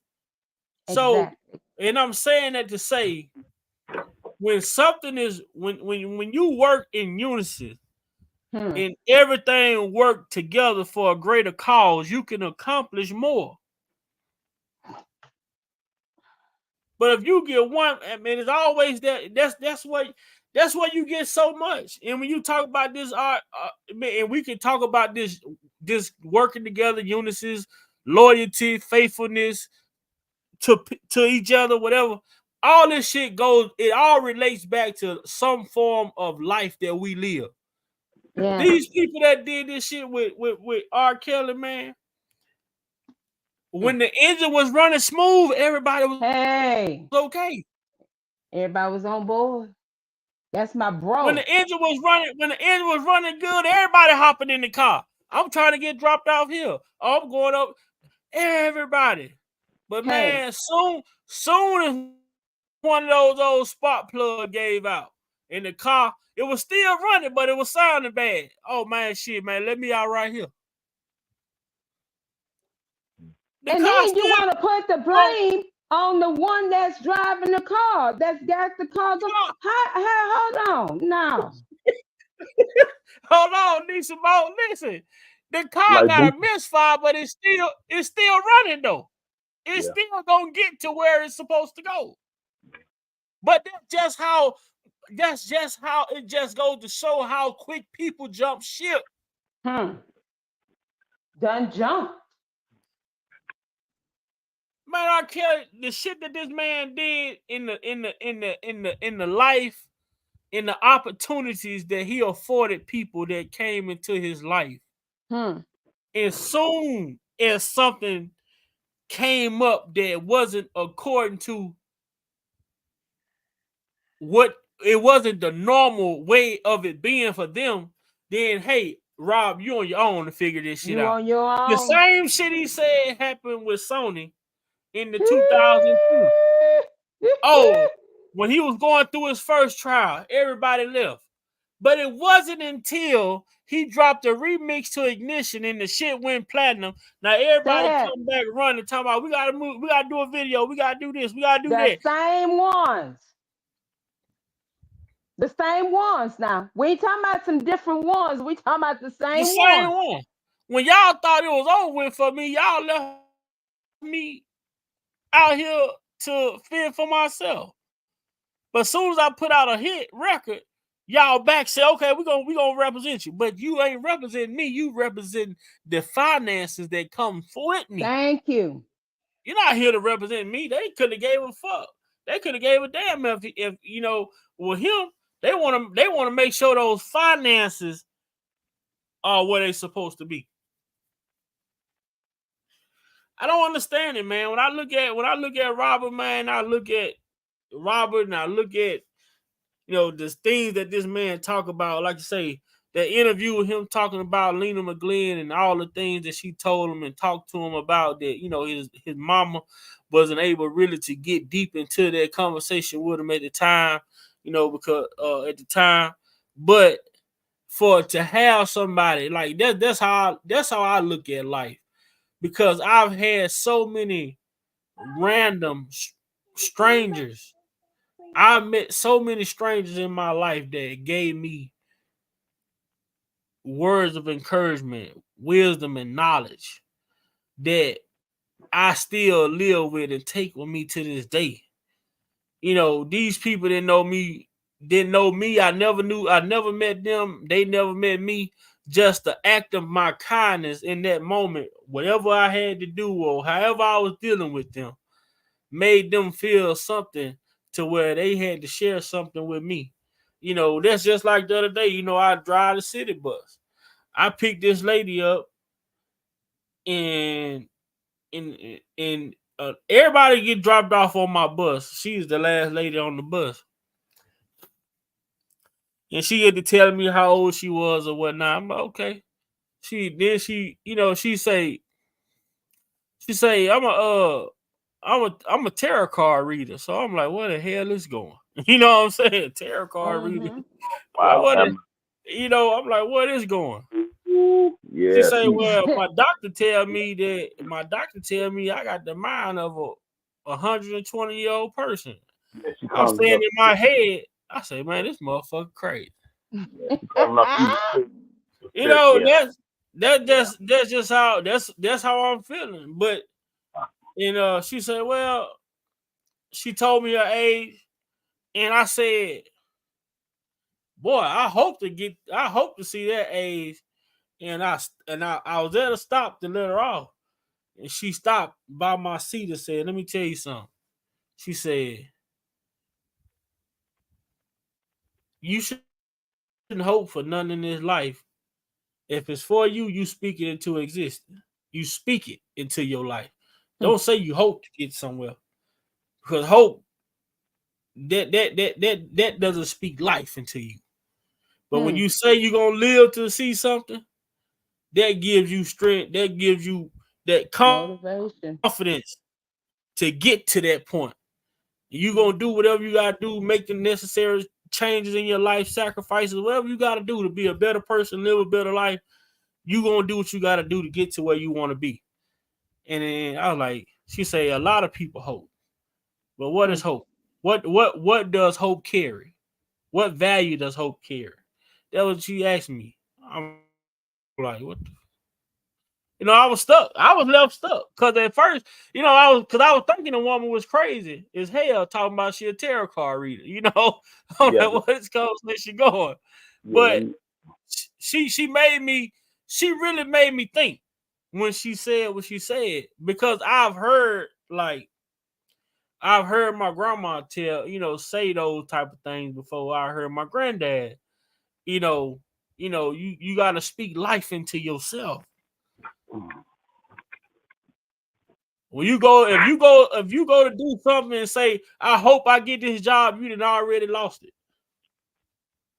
I hope this come through for me. It ain't gonna come through because you hoping on it.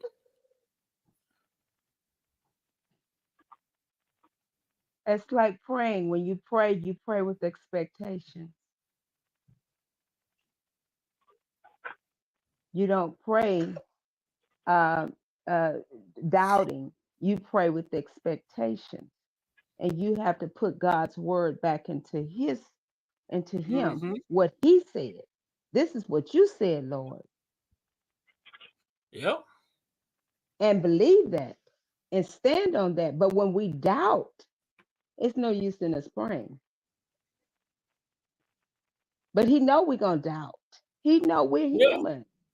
We are human. But and you gonna doubt a lot more when you unsure of Exactly. his ability.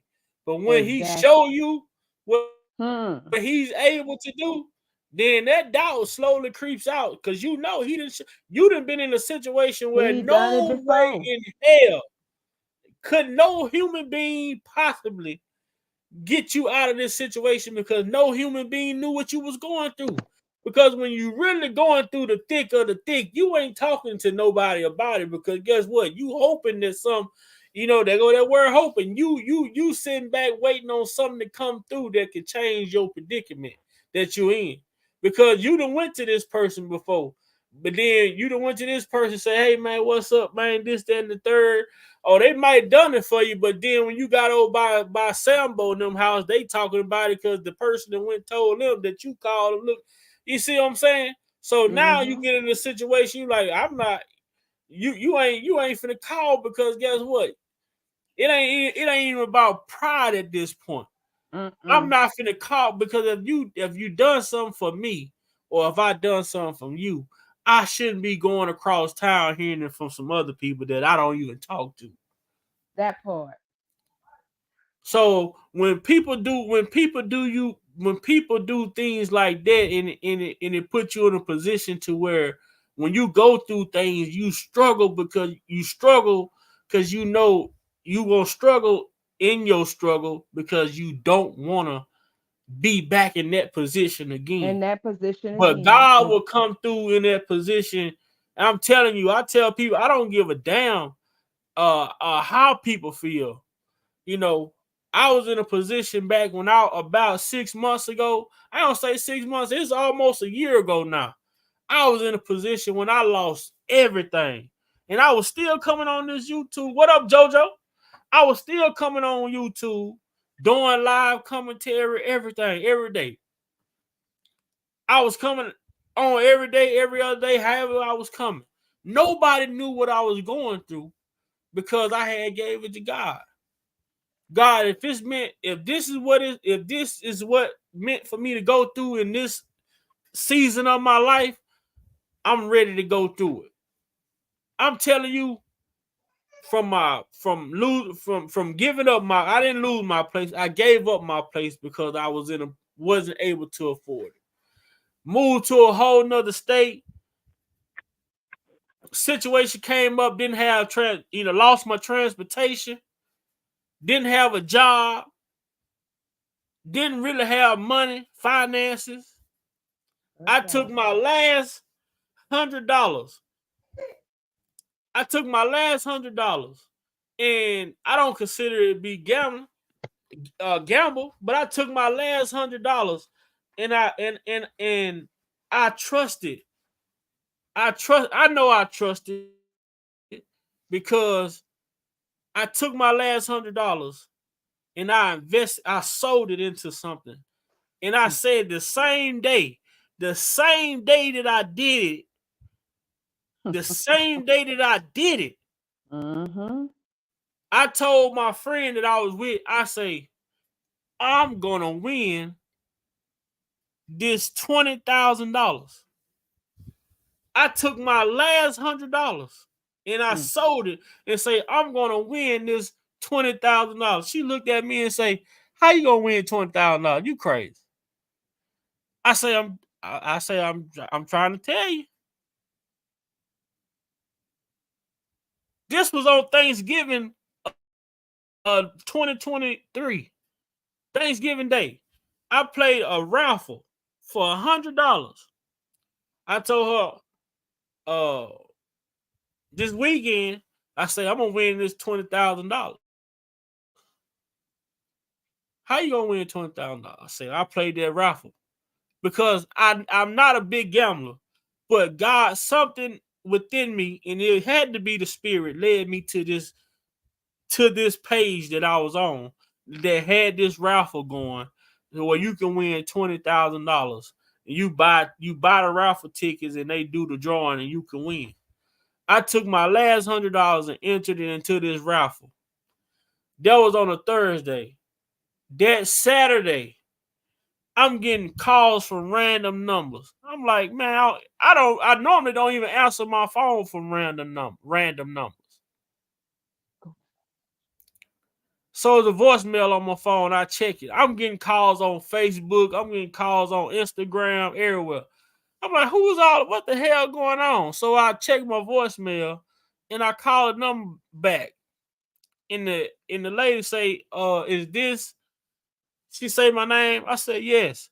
She say, you are the winner of the $20,000 raffle.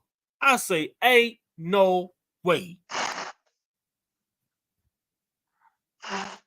She said, can you come on the live right now? I get off the phone, go on the live. I swear for God, y'all. I had a lot of doubt. I had some doubt within me before that period of time came. But when that happened, when that situation took place in my life, when I tell y'all, when I didn't have nothing,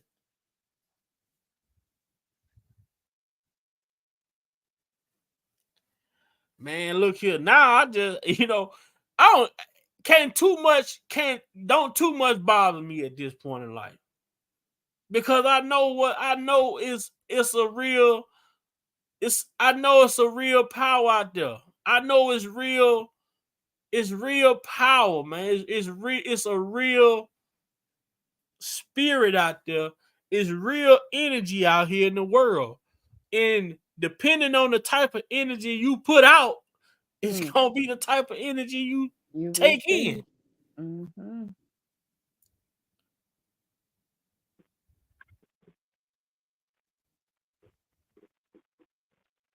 And I it's sit back, crazy. man, It's crazy, crazy, and crazy. I like, man, boy, on this journey, Benissimo, certain people, lavish ladies, certain people, it's certain people that know, that know, and I'm a very private person.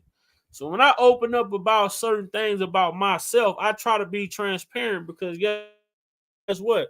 I don't ever want nobody to think that Big Vi is something that that I'm above. No, I live a regular life, work a regular job, just like everybody that come in this chat. I've been without a job before. I've been down before, but I've never been out. I've never been out because one thing my granddaddy told me, you give a man a fish, he'll eat for a day, but if you teach him how to fish, he'll eat for a lifetime. Mm.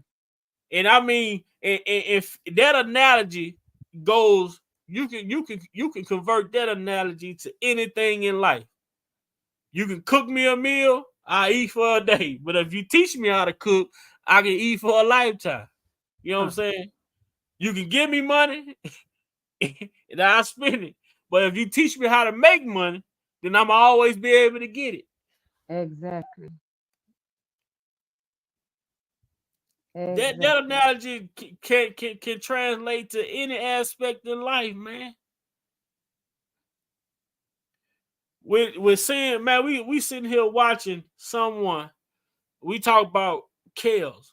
We watched what this man has went through. We've read stories. We've heard stories about the things and the trauma and the horrors that this brother had to experience, and to still be able to make music that touches the soul. The only reason why I feel like this man is able to make the music that he makes is because of what he's been through, and we can relate because a lot of us been through and went through some of the things that Mr. Kelly talk about in his music, but we haven't had the opportunity to express our truth.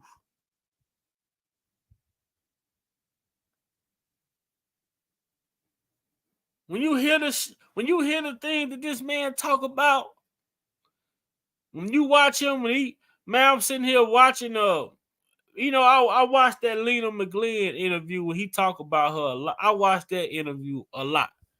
I watched him at the Whitney Houston funeral. I watched that a lot because you see a man like you like, dang. When you think of how he talk about Michael Jackson is how I look at Chaos. You know what I'm saying? Yeah, Michael Jackson to go. How he say, man, I had to go in the bathroom. That I look at Chaos to be that, like, for me, because of a lot of this music that Chaos make, I can relate to it. You know, and I'm not talking about all that. I'm talking about the real gospel side of it, the real music, the substance. All of his music is good, but a lot of the stuff that he talk about when we talking about I wish in the heaven I need a hug, Sadie, the dedicated you save me, prayer changes, different stuff like that, man. When I tell y'all, bro, those are the songs like for me every day. I mean, I think I listen to Dedicated every day, but a lot of trading my life, man. look here, man. This dude got so much man. He got so much life in his music, bro. And I listen to it and I relate to it, and and to understand what this brother then went through and what he was going through, and still able to, you know, overlook what he was going through, and be able to make music to help other people get through what they're going through. It speaks volume to the character of that brother.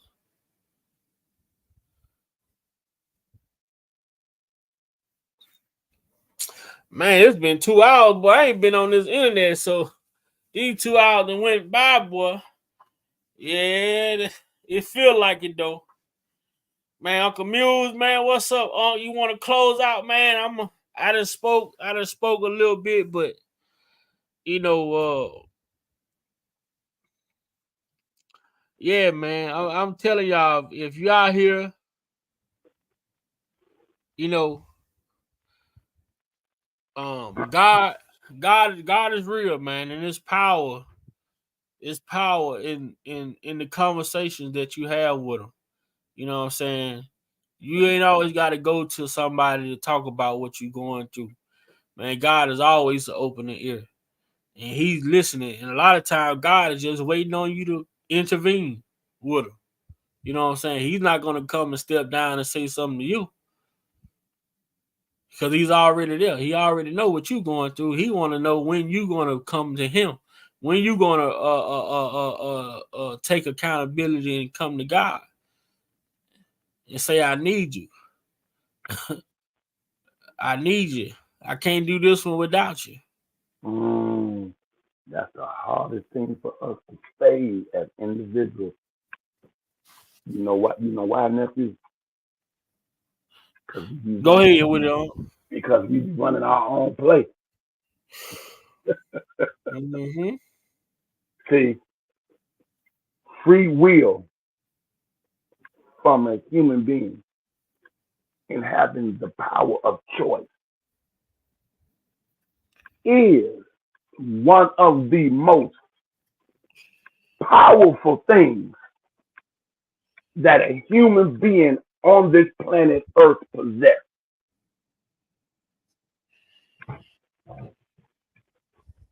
The free will of a human being, individual, no matter what your ethnicity is, no matter where you at on the four corners of the globe, and the power of choice to choose whether or not you believe the sacred scriptures, or you believe the path of righteousness, or you believe in the journey of becoming the best version of yourself, making the necessary adjustment, understanding I must have, not, I have to develop, I must come into a higher sense of awareness. It must be a birth or awakening for me to understand it's okay for me to be my unique, valuable self. However, as a human, and all that I have experienced and what I see, a lot about who I am is not okay.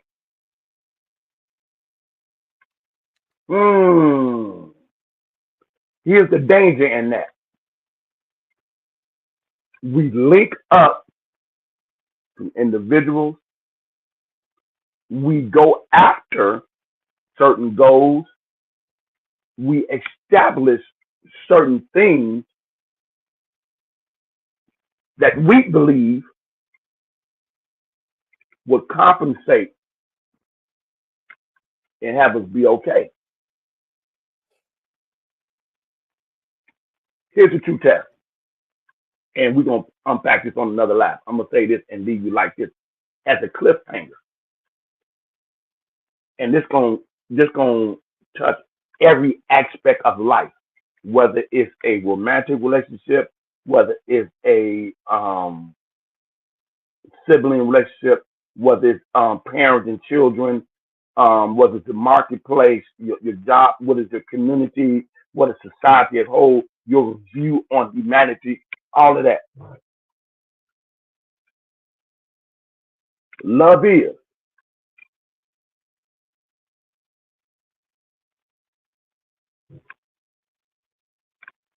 a decision that a person makes. You choose to commit to another individual, meeting the need, whatever that is from A to Z, continuously for the rest of your natural life and theirs without expectation. In the words of Chris Rock, you are there both to serve. Here's the dilemma that we're in. If you're fragmented and broken,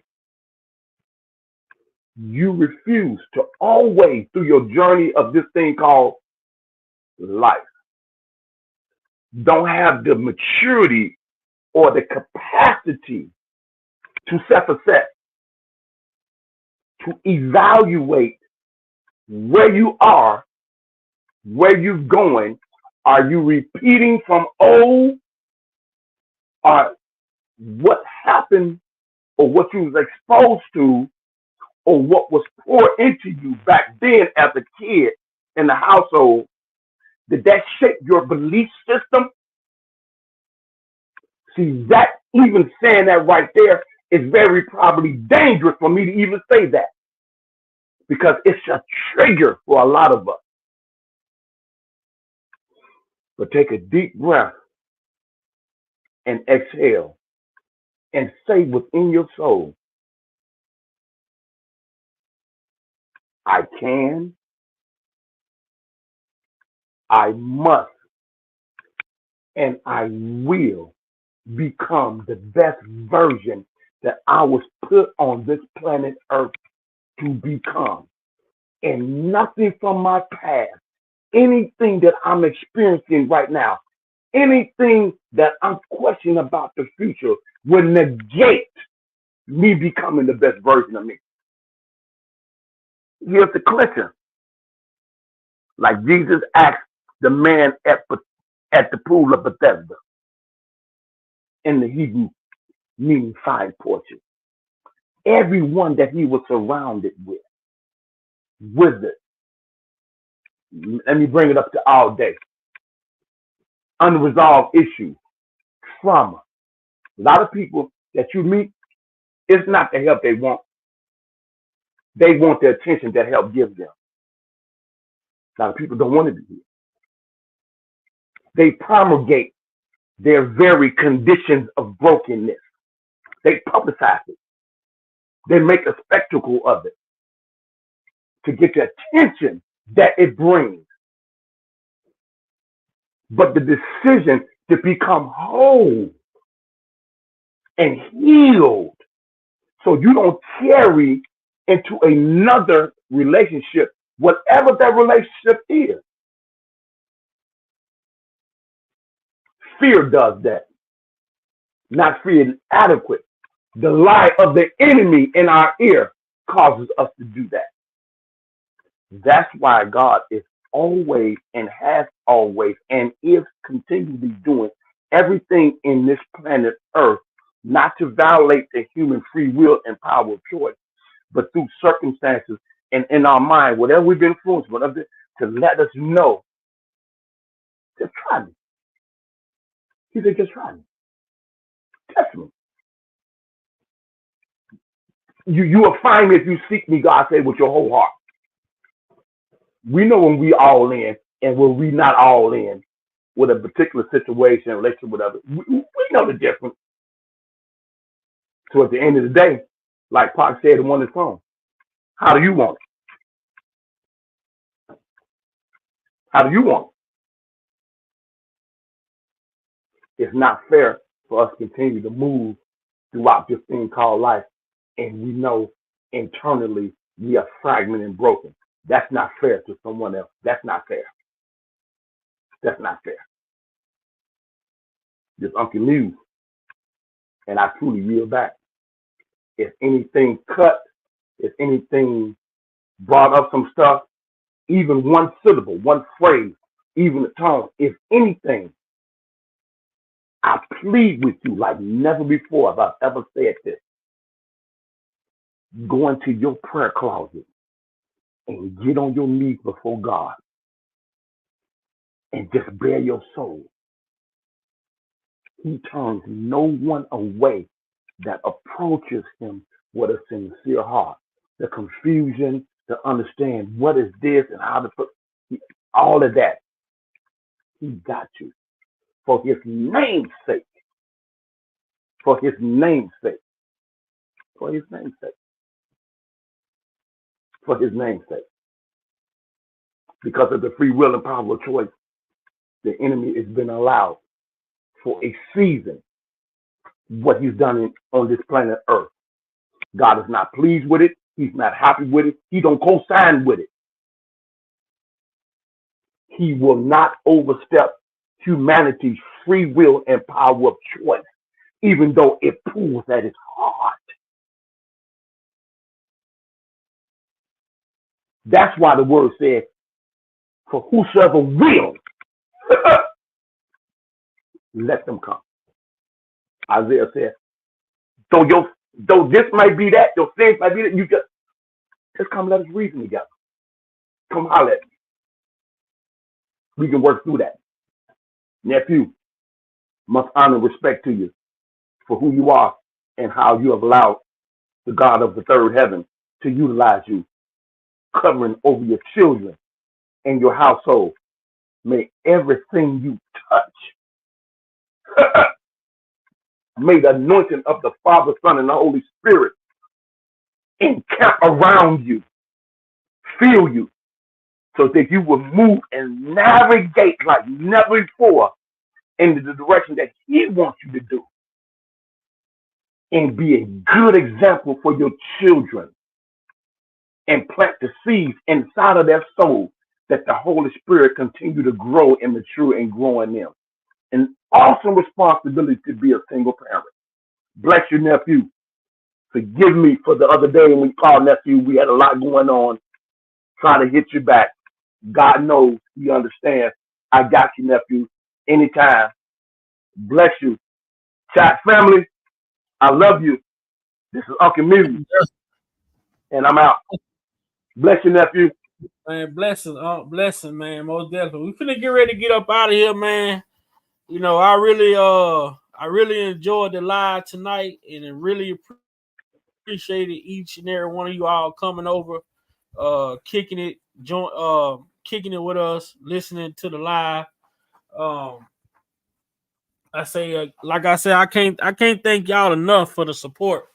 I mean, I know I'm not on here consistently, like I used to be, but eventually I will be back to doing some commentary more consistently. I know I didn't say it before, but right now I've just been on a grind at my job, just trying to get ahead, So I ain't trying to get ahead. I'm getting ahead so that I can kick back and be able to do some of the stuff that I like to do. What up, Darlene? And one of the things that I like doing is coming on live and having these conversations, having these talks with each and every one of y'all that come over and join the chat or the panel. And we're gonna keep digging. We're gonna keep Robert Kelly name alive with this platform for sure. We're not going to nothing different. I'm not moving on to nothing different. Even if I talk about something different, it's still gonna revert back to Robert Kelly, because this is a R. Kelly platform. This channel is a R. Kelly channel. So um I'm gonna always talk about R. Kelly. Anything that I feel is significant to talk about, that's what I'm gonna talk about. Um and with that being said, if you just getting in, make sure you go back and watch the early parts of this video. We talk about some things that we see, and like I say, man, I want y'all to go and read on my community wall, man. Go to my community wall and take a look at those latest posts that I put on there. and leave a comment. Let me know what y'all think when we talk about this RICO. And we've been saying that one man ain't no enterprise. We've been saying that one man can't be no RICO. But what if I told you that there were other co-defendants, but they went the other way. They copped and turned state evidence or federal witnesses, whatever the situation may be. So with that being said, each and every one of y'all have a great day. Happy Sunday, and see y'all next time that we're on live again. I'm not sure when it will be, but I will try to do the live stream, set out the notification so that everybody get the notification, get it now. So with Yeah, that being said, I'm on vacation, nephew. My birthday is just coming Thursday on the 19th. Okay. Damn, boy, I wish I was off. I would have rode over to the shop, man. I'm on vacation. I don't go back to work until the 23rd. I know you happy about that, man. Give yourself a mental break. Yes, sir. That's what I've been doing, nephew. Yeah. Yep. So, all right, chat family, man. Peace and blessings to each and every one of y'all.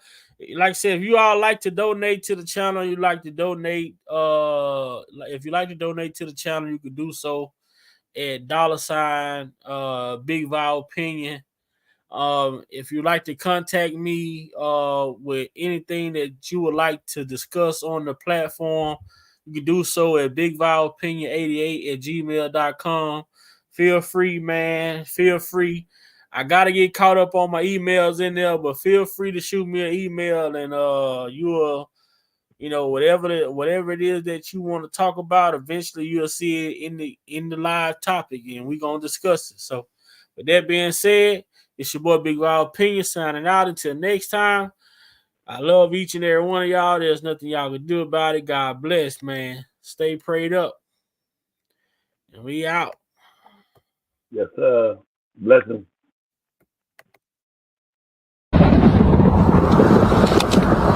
Oh, son, what does it profit a man to gain the whole world and lose his soul? I want out. But it's hard. I need answers, Mama. Robert. I need answers. Son.